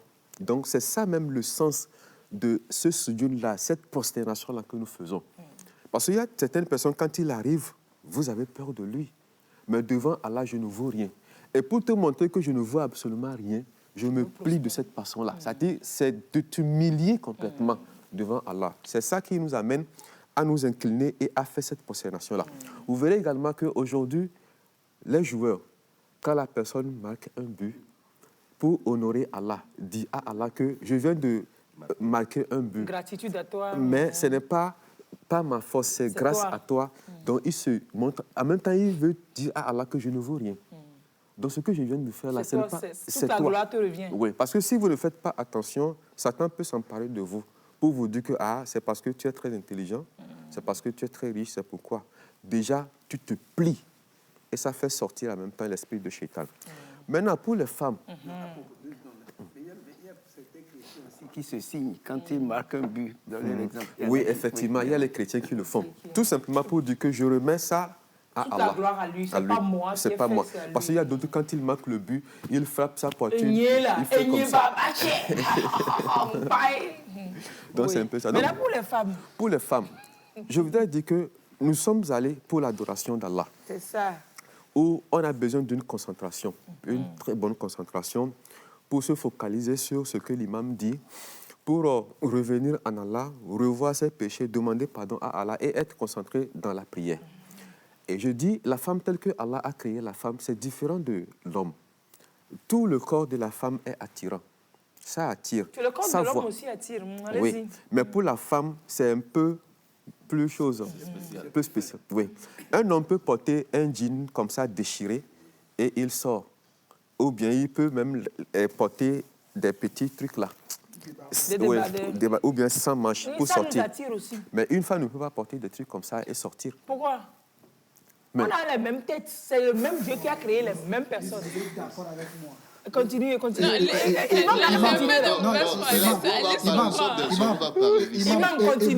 bouchez vos oreilles, je vais dire quelque chose.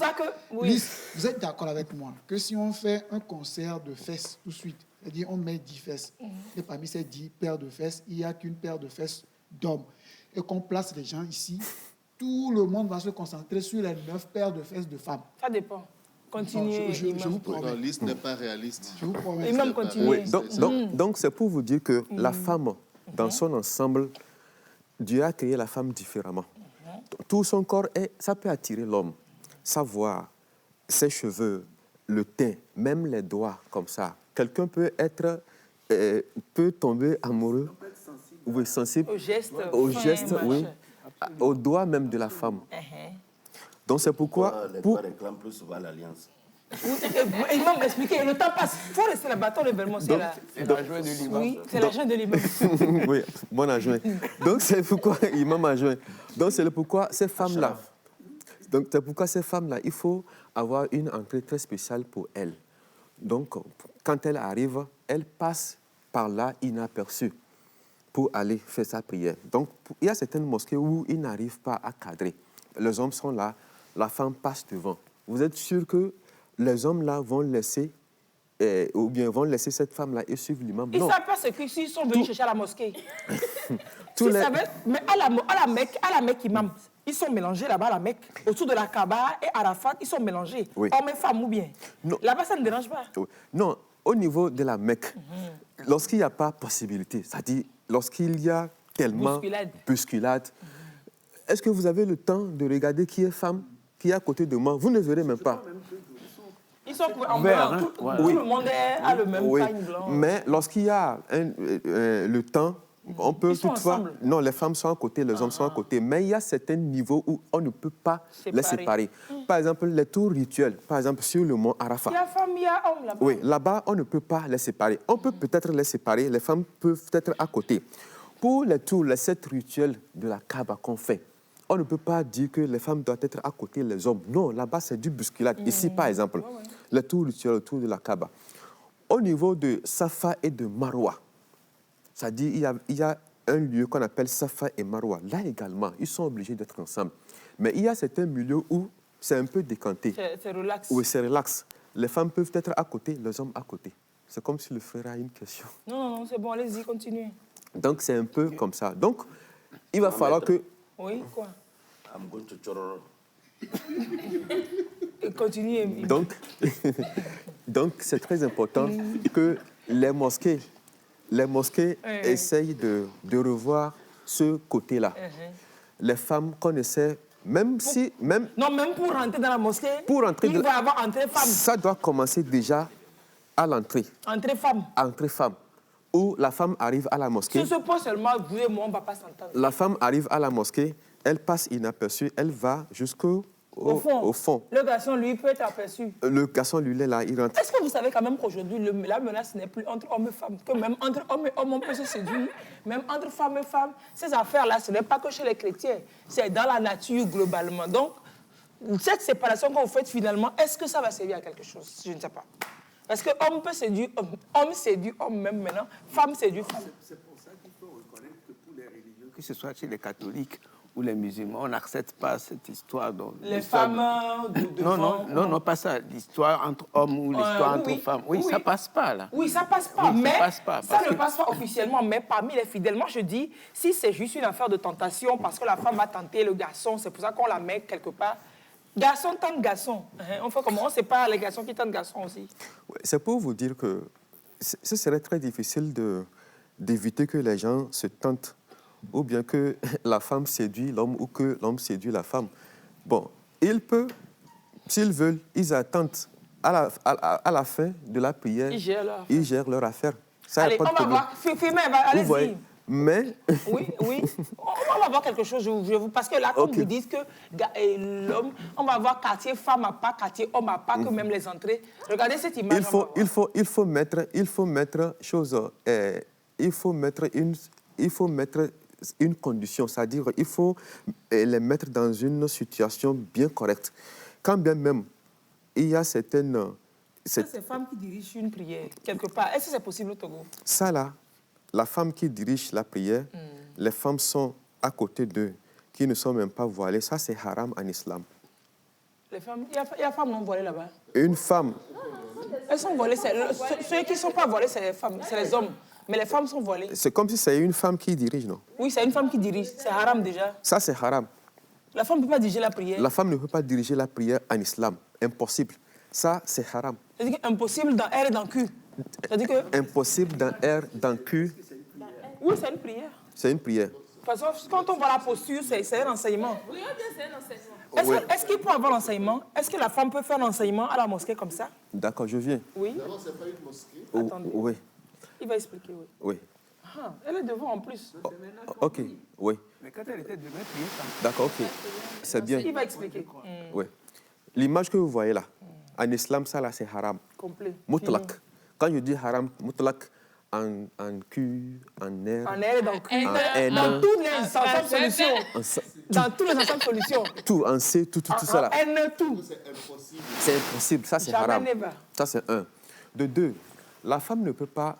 Une femme comme ça peut diriger la prière, mais entre les femmes. Elle avec les femmes. C'est-à-dire, les femmes sont là, elle est au milieu, pas devant elle. Mais ok. elles sont... Elle est confondue. Oui, elle à est confondue. Elles sont tous ensemble. Elle est au milieu et elle dirige la prière avec elle. Une femme peut se lever devant ces femmes ou bien les femmes, elles prêchent. Mais une femme ne peut pas se tenir debout dans une mosquée pour prêcher. Non. Devant les hommes. Non.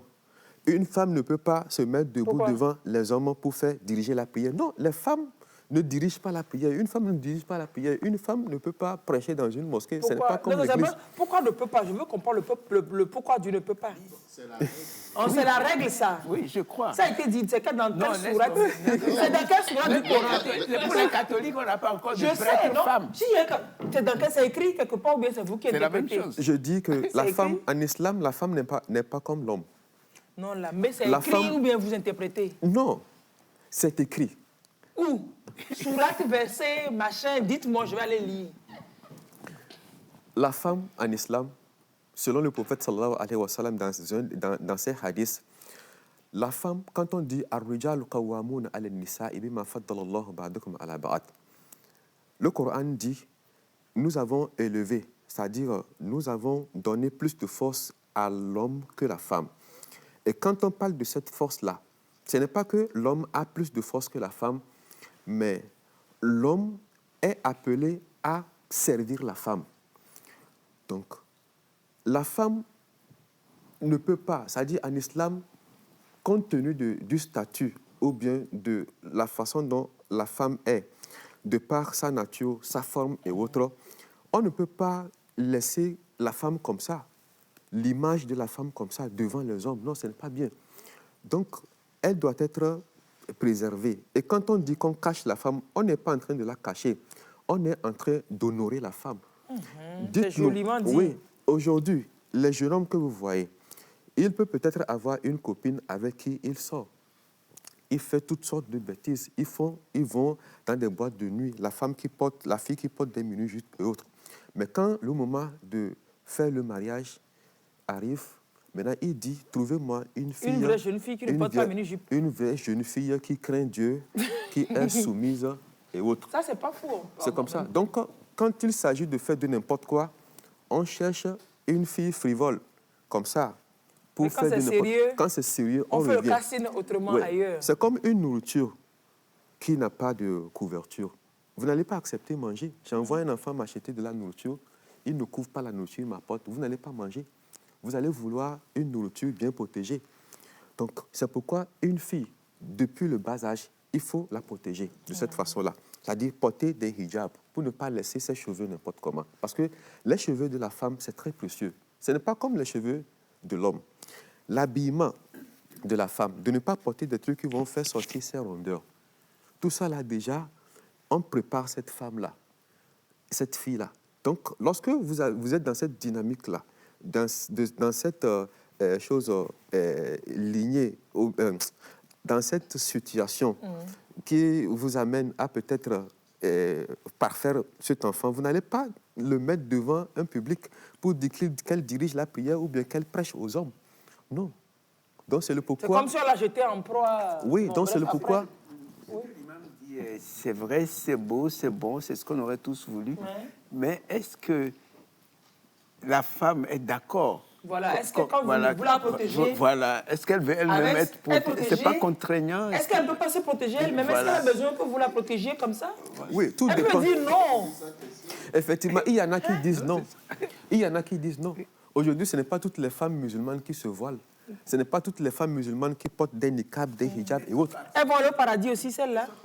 Bon. Finalement, Ça, là, le paradis, c'est entre elle et et Dieu, Dieu. terminé. Moi, aujourd'hui, je ne peux pas dire que toi, tu iras au paradis, toi, tu iras Vous ne en savez enfer. même pas si vous-même vous irez. Vous Moi-même- faites l'effort pour y aller. Moi-même, je ne sais pas. Le prophète, sallallahu alayhi wa sallam, un jour, était avec ses disciples et il leur dit ceci. La yadkhul ahad al-jannata bi amalihi. Personne ne pourra accéder au paradis avec ses œuvres. Et les sahabas disent, oh alors, anta ya Rasulullah, même toi aussi, avec tout ce que tu fais là, ton adoration, tes paradis, tu ne peux pas avoir le paradis avec tes œuvres là. Il dit, oh alors, Anna, même moi-même, Je le ne sais prophète, pas. je ne peux pas aller dire que je irai au paradis avec tout ce que je fais comme œuvre. Illa an yatagammadani Allahu bi rahmatihim minhu wa rahma. sauf si Allah me couvre de sa bénédiction, comme on prend un pagne couvrir une personne. C'est ça. Donc, pour vous dire que le paradis, c'est seul Allah qui Qui donne. décide. Alors, ceux qui meurent à la Mecque, il paraît que tu meurs à la Mecque, tu vas directement au paradis. Oui. Dans le pèlerinage, là, et accidentellement, tu meurs straight. Lorsque le pèlerinage est bien fait. Quand c'est avec une bonne intention, que Lorsque tu fais le l'intention truc, et puis est bonne, le pèlerinage est bien correct, tu vas au c'est paradis. normal que si les péchés sont pardonnés, après la mort, là-bas, Straight, direct. c'est le Et paradis. ceux qui tuent les autres, que Allah Akbar, paradis direct, cette jeune fille, c'est comment? Oui, ça, ce sont des erreurs. Et je pense que les gens se cachent derrière ces trucs-là pour commettre les bêtises. L'une des choses, des objectifs de l'islam, c'est la préservation de la vie humaine. Hein, parce que ça fait partie. Parce qu'il y a 5 choses objectifs. Lorsque vous regardez le Coran dans son ensemble, la religion musulmane, tout ce que nous faisons comme activité dans l'islam dans son ensemble, on ne poursuit que 5 objectifs. Il y a d'abord la préservation de l'islam, c'est-à-dire mourir en étant musulman. La deuxième chose, préserver son esprit. C'est pourquoi on nous a interdit l'alcool, de ne pas... Pour être lucide. Oui, ne pas prendre de la drogue. La troisième chose très importante, c'est la préservation de l'honneur. Il n'est pas bien de dénigrer quelqu'un ou bien mettre ses photos pour le dénigrer. Donc c'est pourquoi c'est difficile en islam de dire que quelqu'un a forniqué. Impossible. Parce que Allah même a mis certaines conditions là, c'est impossible. Tu ne peux même pas dire que telle personne a forniqué, c'est impossible. Et pourtant, la suite, quatrième? Oui. Le quatrième, c'est la préservation de l'argent. Parce que ce n'est pas bien qu'un musulman gaspille. Non, le musulman ne peut pas être faroteur. Il va faroter. Mais dans les mariages musulmans, on voit ça. Les gens dansent, ils viennent... Non, je peux me lever et peut-être avec 500, je donne une fois, 2 fois, 3 fois, ça s'arrête là. Je ne peux pas me lever et donner 10 000. On voit, hein. Les gens le font. Il peut prendre 1 million de francs comme ça et distribuer. Si 1 million n'est rien pour lui, il va faire, non? Ce n'est pas bien. C'est 1 million pour nous, c'est comme ça. C'est 10 000 francs, il va faire, non? Même si c'est comme 10 000 francs, 1 million, c'est comme 10 000 francs, il faut mettre à l'idée qu'il y a des gens là-bas qui, ce matin, n'ont même pas pu boire coco 100 francs avant de venir. Donc, savoir... Au lieu de distribuer ça de cette façon-là, il faut au moins aider quelqu'un avec ça. C'est très important. Okay. Donc, je pense que ça fait partie des objectifs de l'islam. Et le 5e objectif, c'est préserver la vie humaine. Très important. C'est pourquoi en islam, dans le Coran, Allah nous dit, lorsque vous donnez vie à une personne, c'est tout comme si vous avez donné vie à l'humanité tout entière. Lorsque vous ôtez la vie à une seule personne, c'est comme si vous avez tué l'humanité tout entière. C'est Allah qui a dit ça. Et ces conditions-là, ou bien cet objectif-là qui fait partie des grands objectifs de l'islam, quelqu'un va tuer et dire... Au nom de Allah, que c'est Allah qui m'envoie et qui va m'accueillir dans le paradis. C'est paradoxal. Hein? Dit Allahu Akbar et il tue une personne. Non.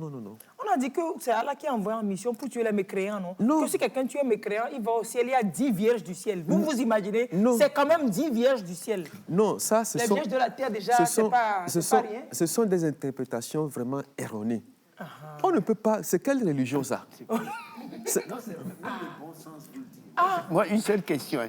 Si c'est vrai qu'on doit aller pour les vierges, pourquoi ceux qui demandent aux gens de le faire ne vont pas? Eux-mêmes, ils n'ont pas les vierges. Ils n'en voient pas. Ils n'ont qu'à écrire pour moi, je vais rejoindre les vierges. Il écrit ça, il se tue. Oui. On ne peut pas tuer et dire que je tue au nom de Allah. Donc, les extrémistes, là, ceux qui tuent au nom de l'islam, il ne faut pas que tout ça, ça jette autant l'opprobre sur la religion musulmane que oui, rapidement. Je vous donne un exemple. Lorsque un musulman, vous êtes assis, peut-être vous êtes musulman, et quand un mort passe, c'est-à-dire un corps passe avec un corbillard, peut-être que c'est un féticheur, peut-être que c'est un homme musulman, un chrétien, l'islam vous demande de vous lever. Ah oui, quel que soit le... Oui, l'islam vous demande de vous lever pour honorer le corps qui passe. Parce que comme chez les forces de l'ordre. Vous devez l'honorer, même si c'est un animiste, un chrétien. Vous allez vous lever pour l'honorer. C'est quand ils vont passer que vous allez vous asseoir. C'est très important. Mais l'islam, cette religion qui demande d'honorer un mort, Qu'en est-il d'un vivant? C'est ça, oui. C'est Qu'en ça. est-il de quelqu'un qui est vivant? C'est ça. En fait, l'islam nous dit appelle les gens dans la religion avec sagesse et de belles paroles. On ne peut pas agresser quelqu'un pour lui dire prie. Non. Forcé. Non. Lorsque je force quelqu'un, je prends un couteau pour qu'il prie. Ça, ce n'est pas une prière, ça ne vaut rien. Il prie parce que je suis derrière lui. C'est ça, ça ne vient pas du fond de son Ça cœur. ne vient pas du fond. Oui, ça ne vient pas du fond. Donc, Non, on ne c'est peut pour pas... dire les extrémistes qui imposent des principes en Afghanistan, Non. au Nigeria, dans des zones, c'est pas On c'est ne pas peut pas, ça, quoi. on ne peut pas tuer les gens parce qu'ils ne sont pas des musulmans. Pourquoi les tuer? C'est ça. Il faut aller doucement, leur expliquer les choses. Si tu lui expliques, il comprend, il comprend. S'il ne comprend pas, ce n'est pas grave. Parce que tu peux expliquer à quelqu'un, finalement, il va dire, bon, tout ce que tu as dit, j'ai compris, mais je ne Mais fais je pas. ne veux pas faire. Tu vas lui faire quoi? Allez, nous remercions l'imam qui explique la chose. Je suis contente parce qu'il donne plus de compréhension de ma religion que je n'arrive pas des fois à comprendre moi-même. Bah, merci beaucoup. Oui, on va vous donner le contact de l'imam, ne vous en faites pas. Alors, imam, est-ce que c'est permis, c'est autorisé de faire la fête? Parce que là, Evala s'annonce, Giovanni invite les gens, Cara, pour qu'on aille faire la fête. Est-ce que le musulman, il est autorisé à participer, par exemple, aux célébrations traditionnelles, à faire les rites? Je suis musulmane, je suis de Kouméa, je dois faire Akbema. Je vous informe que je suis encore vierge. Je vais faire Akbema. Est-ce que je peux faire Akbema? Je suis bonne musulmane. Est-ce que je peux faire mes rites traditionnels? Le Coran nous dit ceci, parce que je vais répondre avec un verset du Coran. Le Coran dit Ya ayyuhan nas, inna khalaqnakum min zakarin wa unsa. Vous m'excusez quand je vais expliquer tout ça là. Que vous, les êtres humains, je vous ai créé à travers un homme et une femme. Il dit wa ja'alnakum shu'uban wa qaba'ila lita'arafu. Et je vous ai fait différemment, avec des langues différentes, avec des traditions différentes, lita'arafu, pour que vous puissiez vous reconnaître à travers les langues, à travers les traditions, à travers les choses, vous allez vous reconnaître. Je sais que quelqu'un qui fait Adossa, c'est quelqu'un de ce côté, donc c'est un frère à moi. Quelqu'un qui fait Akbema, c'est quelqu'un de ces milieux. Allah dit que je vous ai créé différemment comme ça pour vous permettre de vous connaître, de vous retrouver. Et il dit, Inna akramakum indallah atqakum. Même au-delà de tout ceci, le meilleur parmi vous tous devant moi, c'est celui qui me craint le plus. Donc c'est pour me dire que quelqu'un qui est peut-être de Akbema, qui est musulman, il est musulman. Mais du moment où cette tradition-là ne touche pas à la religion, il peut pratiquer, il n'y a pas de problème. Par exemple, lorsque au cours de cette tradition-là, il ne va pas prendre de l'alcool, qui est à l'encontre de l'islam, il ne doit pas faire des choses qui touchent l'islam, là, il n'y a pas de problème, il va le faire. Mais du moment où ça touche un peu les pratiques de la religion, c'est en ce moment où ça ne va pas. Donc c'est pour nous dire que pour les fêtes traditionnelles, tout le monde fête. Alors, Giovanni, pour les fêtes traditionnelles, tout le monde fête. Hein? Oui. Donc, nous-mêmes, les musulmans, on va bien fêter même. Vous avez un événement, oui. La veille, même, Evala commence la veille de la Tabaski. Evala commence le 9 juillet. Le 9 juillet. Mais bien avant, comme l'a dit aussi l'imam, il y a des phases préparatoires. Hier, par exemple, le prêtre traditionnel a déjà fait un signe. Le prêtre traditionnel, oui, qui s'appelle le Tchodjo. Le Tchodjo. Il est descendu?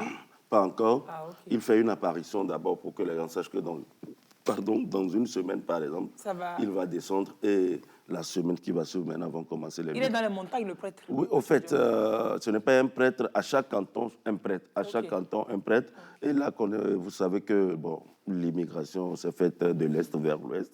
Donc, le prêtre doit quitter dans le Bénin d'abord pour annoncer qu'il vient vers Pagoуда. Et celui de Pagoуда prend la relève, ainsi de suite, et vient vers Landa, Sumdina, Lama, Pia, Kouméa, ainsi de suite. Donc, oui, c'est comme un prêtre. Il est habillé, il a le chapeau de Giovanni, là. Et puis il est habillé en traditionnel, oui. Et donc, il passe quel message? Que Evala Bonalo... Non, il ne passe pas de message. Il fait quoi? Dès qu'il apparaît, on sait en même temps que... Ah, il est Evala. C'est le message. Alors, salut le message. Pour les années précédentes où il y avait Covid, il n'y avait pas eu Evala. Il est apparu toujours, non? Oui, d'autant plus qu'il y a eu les cérémonies qui ont été faites de manière sobre la plus possible. Oui, les cérémonies ont été faites quand même, c'est ça. Donc, cette année, ça reprend. Et vous avez quel événement là? Sécurité routière? Solidarité routière. Solidarité routière. Ça s'articule comment? La solidarité routière, vous savez, En cette période de voilà, il y aura du bon monde à Kara, des allers-retours, Donc, nous avons initié ce projet quand même pour une certaine sensibilisation à ce que les gens puissent être prudents lors de ces célébrations. Qu'est-ce qui va se faire? D'abord, ce qui va se faire... excusez-moi. Je vous en faites pas. Vous avez un petit malaise. Je sens ça. Vous pouvez me donner 2 ou 3 minutes là, pour que je revienne. Il n'y a pas de souci. D'accord. Allez prendre de l'air. On est ensemble. Gracia, accompagnez le frère prendre de l'air dehors. Accompagnez-le, Gracia. Alors, quelqu'un voulait savoir, est-ce qu'un musulman peut être rasta? Est-ce que Daniel et moi, est-ce qu'on a une chance d'être musulman? Moi, j'ai plus de chance que vous. Lui, il a plus de chance que nous. Lui, il a plus de chance. Est-ce qu'on peut? Lorsque déjà vous avez rasta avant de devenir musulman, là, vous êtes musulman. Je ne dirais pas à un musulman qui n'a pas de rasta de faire rasta. D'aller faire rasta. Parce que quand vous allez au Sénégal, par exemple, il y a certaines confréries religieuses, eux, faire rasta fait partie de, de leur adoration. Absolument. Vous voyez. Donc, lorsque vous faites rasta pour ça, donc ce qui veut dire que vous êtes dans un secte, ça. Mais lorsque naturellement la personne a un rasta, comme moi, comme Daniel. Oui, comme Daniel. Vos explications nous séduisent, on dit, allez, on va avec vous. Non, vous faites tabaski d'abord. Il vient à la mosquée, il fait ses prières normalement. Son rasta ne dérange absolument pas. Okay. Parce que ça n'a rien à voir avec le rasta. Le rasta est là, il fait ses 5 prières, il jeûne, il fait la zakat, il fait tout.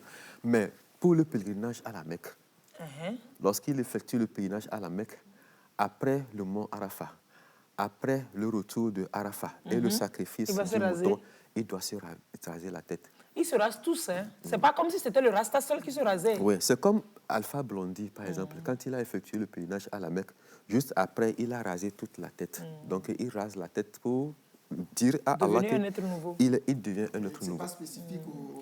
Non, c'est pas spécifique au rasta. Tout le monde, tous ceux, ils se rasent tous. Oui, tout le monde. Les femmes aussi? Non, les femmes, elles coupent un peu seulement. Elles ne rasent pas. Mais les hommes se rasent. Les hommes se rasent la tête. Mais est-ce que tu peux être chrétienne, femme, épouser un musulman et continuer à être chrétienne? Oui. Ça, là, c'est un autre débat. Parce que si on rentre dedans, je ne suis pas sûr qu'on va finir.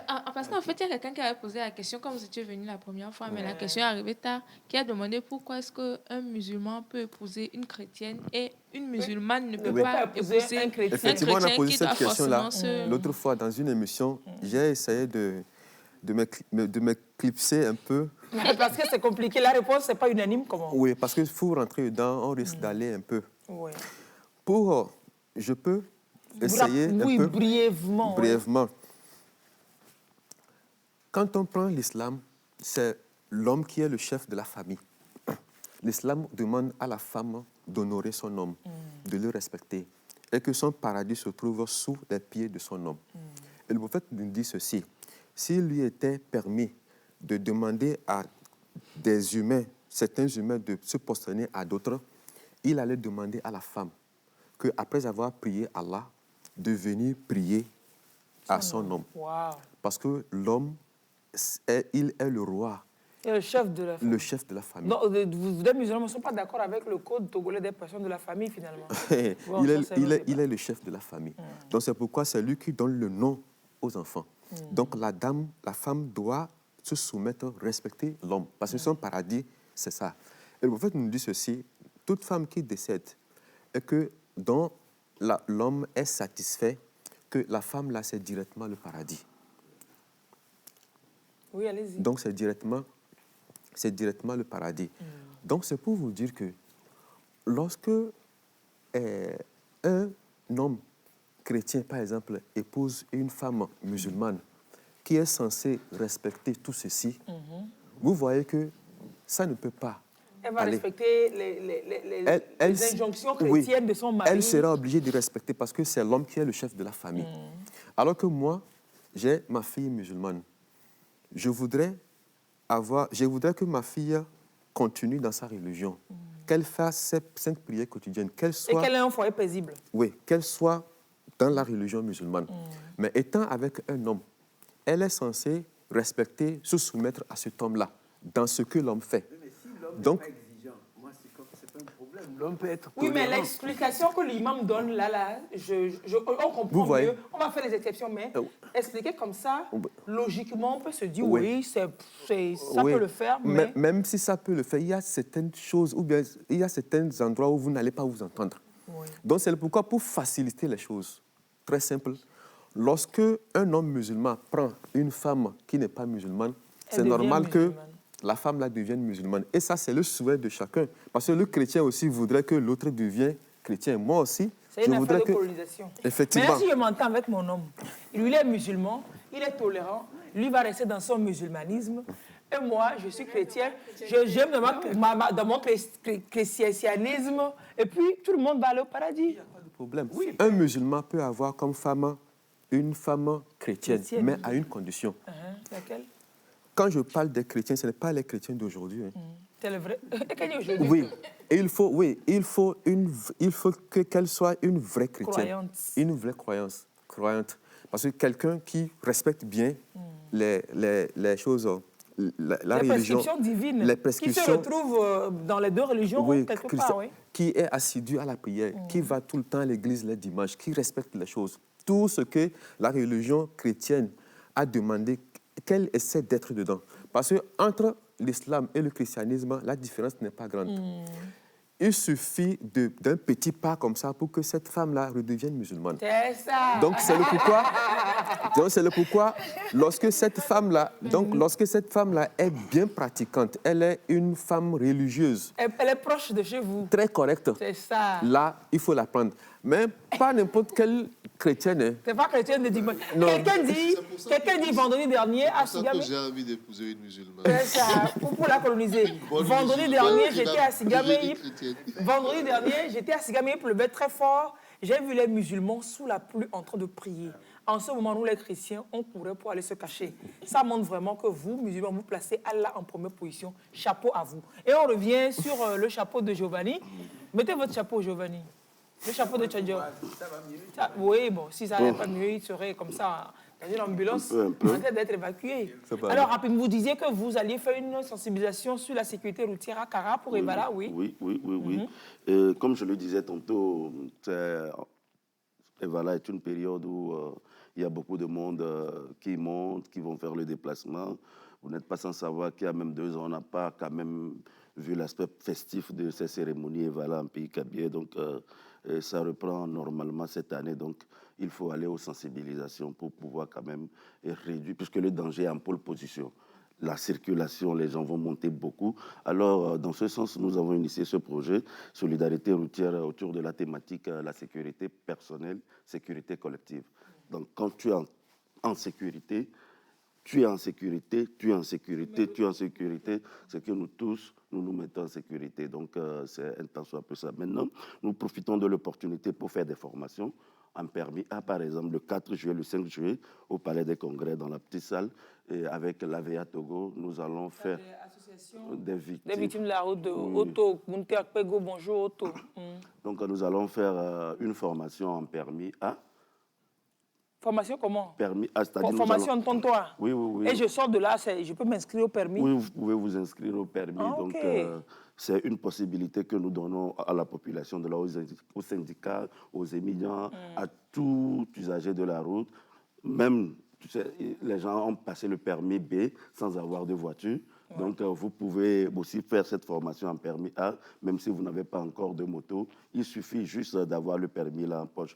C'est Covid qui est venu entre-temps et je crois quand même que le ministère a été un peu passible sur la vérification des permis A. Je crois quand même que d'ici le début de l'année prochaine, ils vont reprendre la vérification des permis. Donc, c'est une aubaine qui est donnée à la population de Kara, à tous ceux qui feront le déplacement, de pouvoir vraiment suivre cette formation. Et les 4 et le 5 juillet. Maintenant, au-delà de ça, nous avons des campagnes d'affichage. Toujours en sécurité routière. Toujours en sécurité routière. Et d'ailleurs, même, nous sommes en train d'avoir une autorisation spéciale à la direction des transports routiers pour pouvoir afficher des codes de conduite dans les bus. C'est-à-dire les longs bus qui prennent les gens des stations. D'abord, aller afficher dans toutes les gares, affichés également sur les bus là, pour amener les conducteurs à faire beaucoup attention. Par exemple, cette affiche à l'attention du conducteur, et votre vie et celle des passagers sont plus importantes que l'excès de vitesse, les virages risqués, les dépassements risqués, en cas de pluie, utiliser les essuie-glaces, rouler à vitesse minimale. Donc, ce sont des inscriptions que nous allons faire sur des affiches et que nous allons afficher sur ces bus. Au-delà de ça, il y aura éventuellement des personnes qui vont circuler dans les arènes avec des trucs d'effigie, faites attention, tel. Même pour le cas des bars, nous avons également prévu des affiches où on dit... attention là, à l'alcool, tu bois trop, ne prends pas ton guidon, ne prends pas ton volant, c'est clair, oui. Oui. Il ne faut pas que ce soit que les bus, quoi. Même dans les petits... Nos transports, oui, parce que parfois, je crois que les conducteurs de bus sont un peu plus prudents. Hein. Oui, même les conducteurs de taille, oui. Voilà, il faut penser mais à en fait, cela. Nous les avons ciblés parce que c'est le commerce qui est mis en jeu.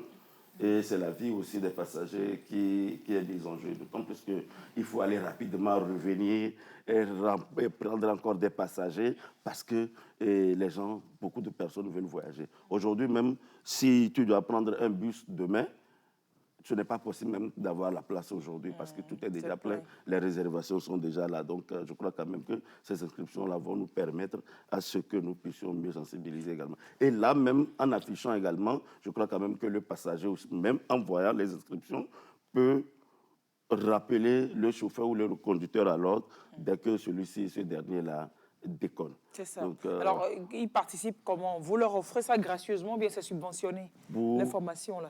Et la formation, je crois quand même que ça serait gratuit. Ah oui? Oui, carrément, formation. Oui, ça serait gratuit pour les gens. Il faut s'inscrire d'abord? Non. Le jour-là, tout le monde vient? Le jour-là, tout le monde vient. Nous aurons des fiches d'émargement sur lesquelles les gens vont remplir. Eh bien, Cara, Bafilo, compagnie, etc. Giovanni vient faire une formation en permis à Cara, au Palais des Congrès, non? Le 4 et le 5 juillet. Oui. Avis à vous, allez vous faire former. On a prévu le faire avant les débuts des VALA pour que les gens puissent avoir quand même des notions de sécurité routière avant la fête. Donc, et maintenant, là, notre objectif, c'est d'amener maintenant les gens, après cette formation-là, à passer le permis. D'autant plus que c'est le moniteur agréé du transport routier qui fera cette formation. Donc c'est comme si vous leur offrez l'auto-école gratuitement. Oui, c'est comme si nous leur offrons l'auto-école. Et donc, d'ailleurs, pourquoi nous sommes en train de chercher également des moyens à ce que certains puissent nous accompagner, à ce qu'on puisse quand même permettre aux gens de suivre cette formation. Maintenant, au-delà de tout, à partir maintenant du 9 juillet, par exemple, et plutôt du 11 juillet, du 11 au 16, nous allons créer des stands sur l'esplanade du Palais des Congrès avec la prévention routière, puisqu'il n'y en a pas pour la campagne de réglage de phares. Parce que quand on parle également de réglage de phares, c'est cause d'accident. Oui, ils font pas ça souvent à l'intérieur. Quand Clovis vient ici, qu'on lui demande, il dit que par faute de moyens, ils ne sont pas à Cara. Vous allez faire ça à Cara cette année? Oui. Nous sommes en train de nous organiser pour pouvoir déplacer la prévention routière pour cette campagne. Pour le réglage des phares. Pour le réglage des phares. Nous aurons également des moniteurs agréés en permis B pour le recyclage. Ce n'est pas parce qu'on conduit aujourd'hui qu'on maîtrise. Qu'on maîtrise. Donc, je crois sur place, tu viens peut-être pour la campagne de réglage de phares, un petit recyclage avec les moniteurs, tout ça là, pour permettre aux gens de se rappeler peut-être ce qu'ils ont oublié, puisqu'il y a des nouvelles règles également qui viennent. Donc, et un autre, nous sommes en négociation avec des techniciens pour les checking moteurs. Tu as dit tu as un souci avec ta voiture. Oui, ça affiche Check Engine. Depuis 45 000 ans, Check Engine est sur ton tableau là-bas. Donc, et maintenant, ces techniciens-là, pour pouvoir quand même donner des conseils pour les voitures en cas de tel, c'est ce qu'il faut faire, en cas de tel, c'est ce qu'il faut faire. Donc, grosso modo, c'est le plan. C'est le programme que nous... Et le programme a un nom? Opération Zambo, ou bien comment ça s'appelle? Opération... Non, ben... Ça n'a pas un nom. Ça n'a pas un nom. C'est Cara simplement qui nous appelle. C'est Cara seulement qui nous appelle. Donc, c'est du 1er juillet au 17 juillet. Donc, la campagne d'affichage commence Super. à partir du 1er juin. Donc, comprenez comme ça. On peut faire quoi pour vous aider? À part le bala, vous recevoir gratuitement pour parler. Qu'est-ce que les gens Donnez-nous peuvent encore les moyens de pouvoir amener les équipes les plus possibles. Nous. Oui. Pas mal. Et là, je crois que c'est le lieu également de dire merci au ministère des Transports et, qui nous a donné un aval de pouvoir passer à ce programme de sensibilisation. Et le ministère également de la Protection civile également est informé. Donc, je crois quand même que avec les moyens de bord que nous avons, nous allons pouvoir faire quelque chose. Si les ministères concernés disent que bon... Au-delà de l'autorisation, on veut vous accompagner. On veut vous accompagner et à plus faire de sensibilisation. Je crois que ça serait les bienvenus. Ils vont vous accompagner. Et les sociétés auprès desquelles nous avons déposé des documents, je crois quand même que... Vivement, on attend leur contribution pour que nous puissions faire un bon travail. Non, parce que c'est vrai que c'est une préoccupation très, très importante sur laquelle vous... À Kara, en cette période, c'est chaud aussi. Sur la route de Lomé à Kara, oui. Les humoristes, c'était de route de Bala qu'on a perdu, Follow et compagnie. Il faut éviter l'excès de vitesse. Franchement, lutter contre l'excès de vitesse. C'est pourquoi nous exigeons sur cette autorisation spéciale pour pouvoir faire ces affichages. Sincèrement, s'il y a un projet à accompagner, c'est ça, quoi. On aime accompagner des projets, mais ça, c'est d'une pertinence indubitable. On peut pas, c'est-à-dire qu'il n'y a pas de débat sur la pertinence de ce projet. Comme tu le dis parfois, c'est d'une pertinence pertinente. C'est une pertinence pertinente dans le monde mondial. Oui, grâce. Oui. Pour un petit coup de gueule, c'est important parce que quand on parle de l'excès de vitesse sur nos routes, surtout la nationale numéro 1, il faut aussi indexer ces véhicules, ces bus de 60 places qui roulent toujours à tombeau ouvert. Je te promets. Oui. C'est-à-dire que parce que c'est de nouveaux moteurs, c'est pas, mais ça te dépasse, tu tombes, quoi. Oui, ça file des fois les longs. Non, c'est long véhicule de 60 places, c'est énorme, quoi. Vous ne sentez pas que ces bus-là filent. Vous voyez, oui, mais les conducteurs ont quand même... Ou à 7h, déjà à 13h30, qui est à Kara. Mais ils ont quand même leur compteur. Quand même de 20 minutes. Vous voyez quand même que c'est un peu truc. Et surtout en cette période de voilà où tout le monde veut monter. Je crois quand même qu'il faut qu'on les amène à pouvoir rouler. Même, pourquoi ne pas dire, bon, leur minimum d'arrivée à Kara, par exemple, c'est à 14h30. Vous quittez à 7h, leur minimum d'arrivée, c'est à 14h30. Quelqu'un qui arrive à 13h ou 13h20 sera amendé, par exemple. Donc, vous allez voir quand même que si c'est réglé... la vitesse, quoi. Oui, non, c'est complètement vrai.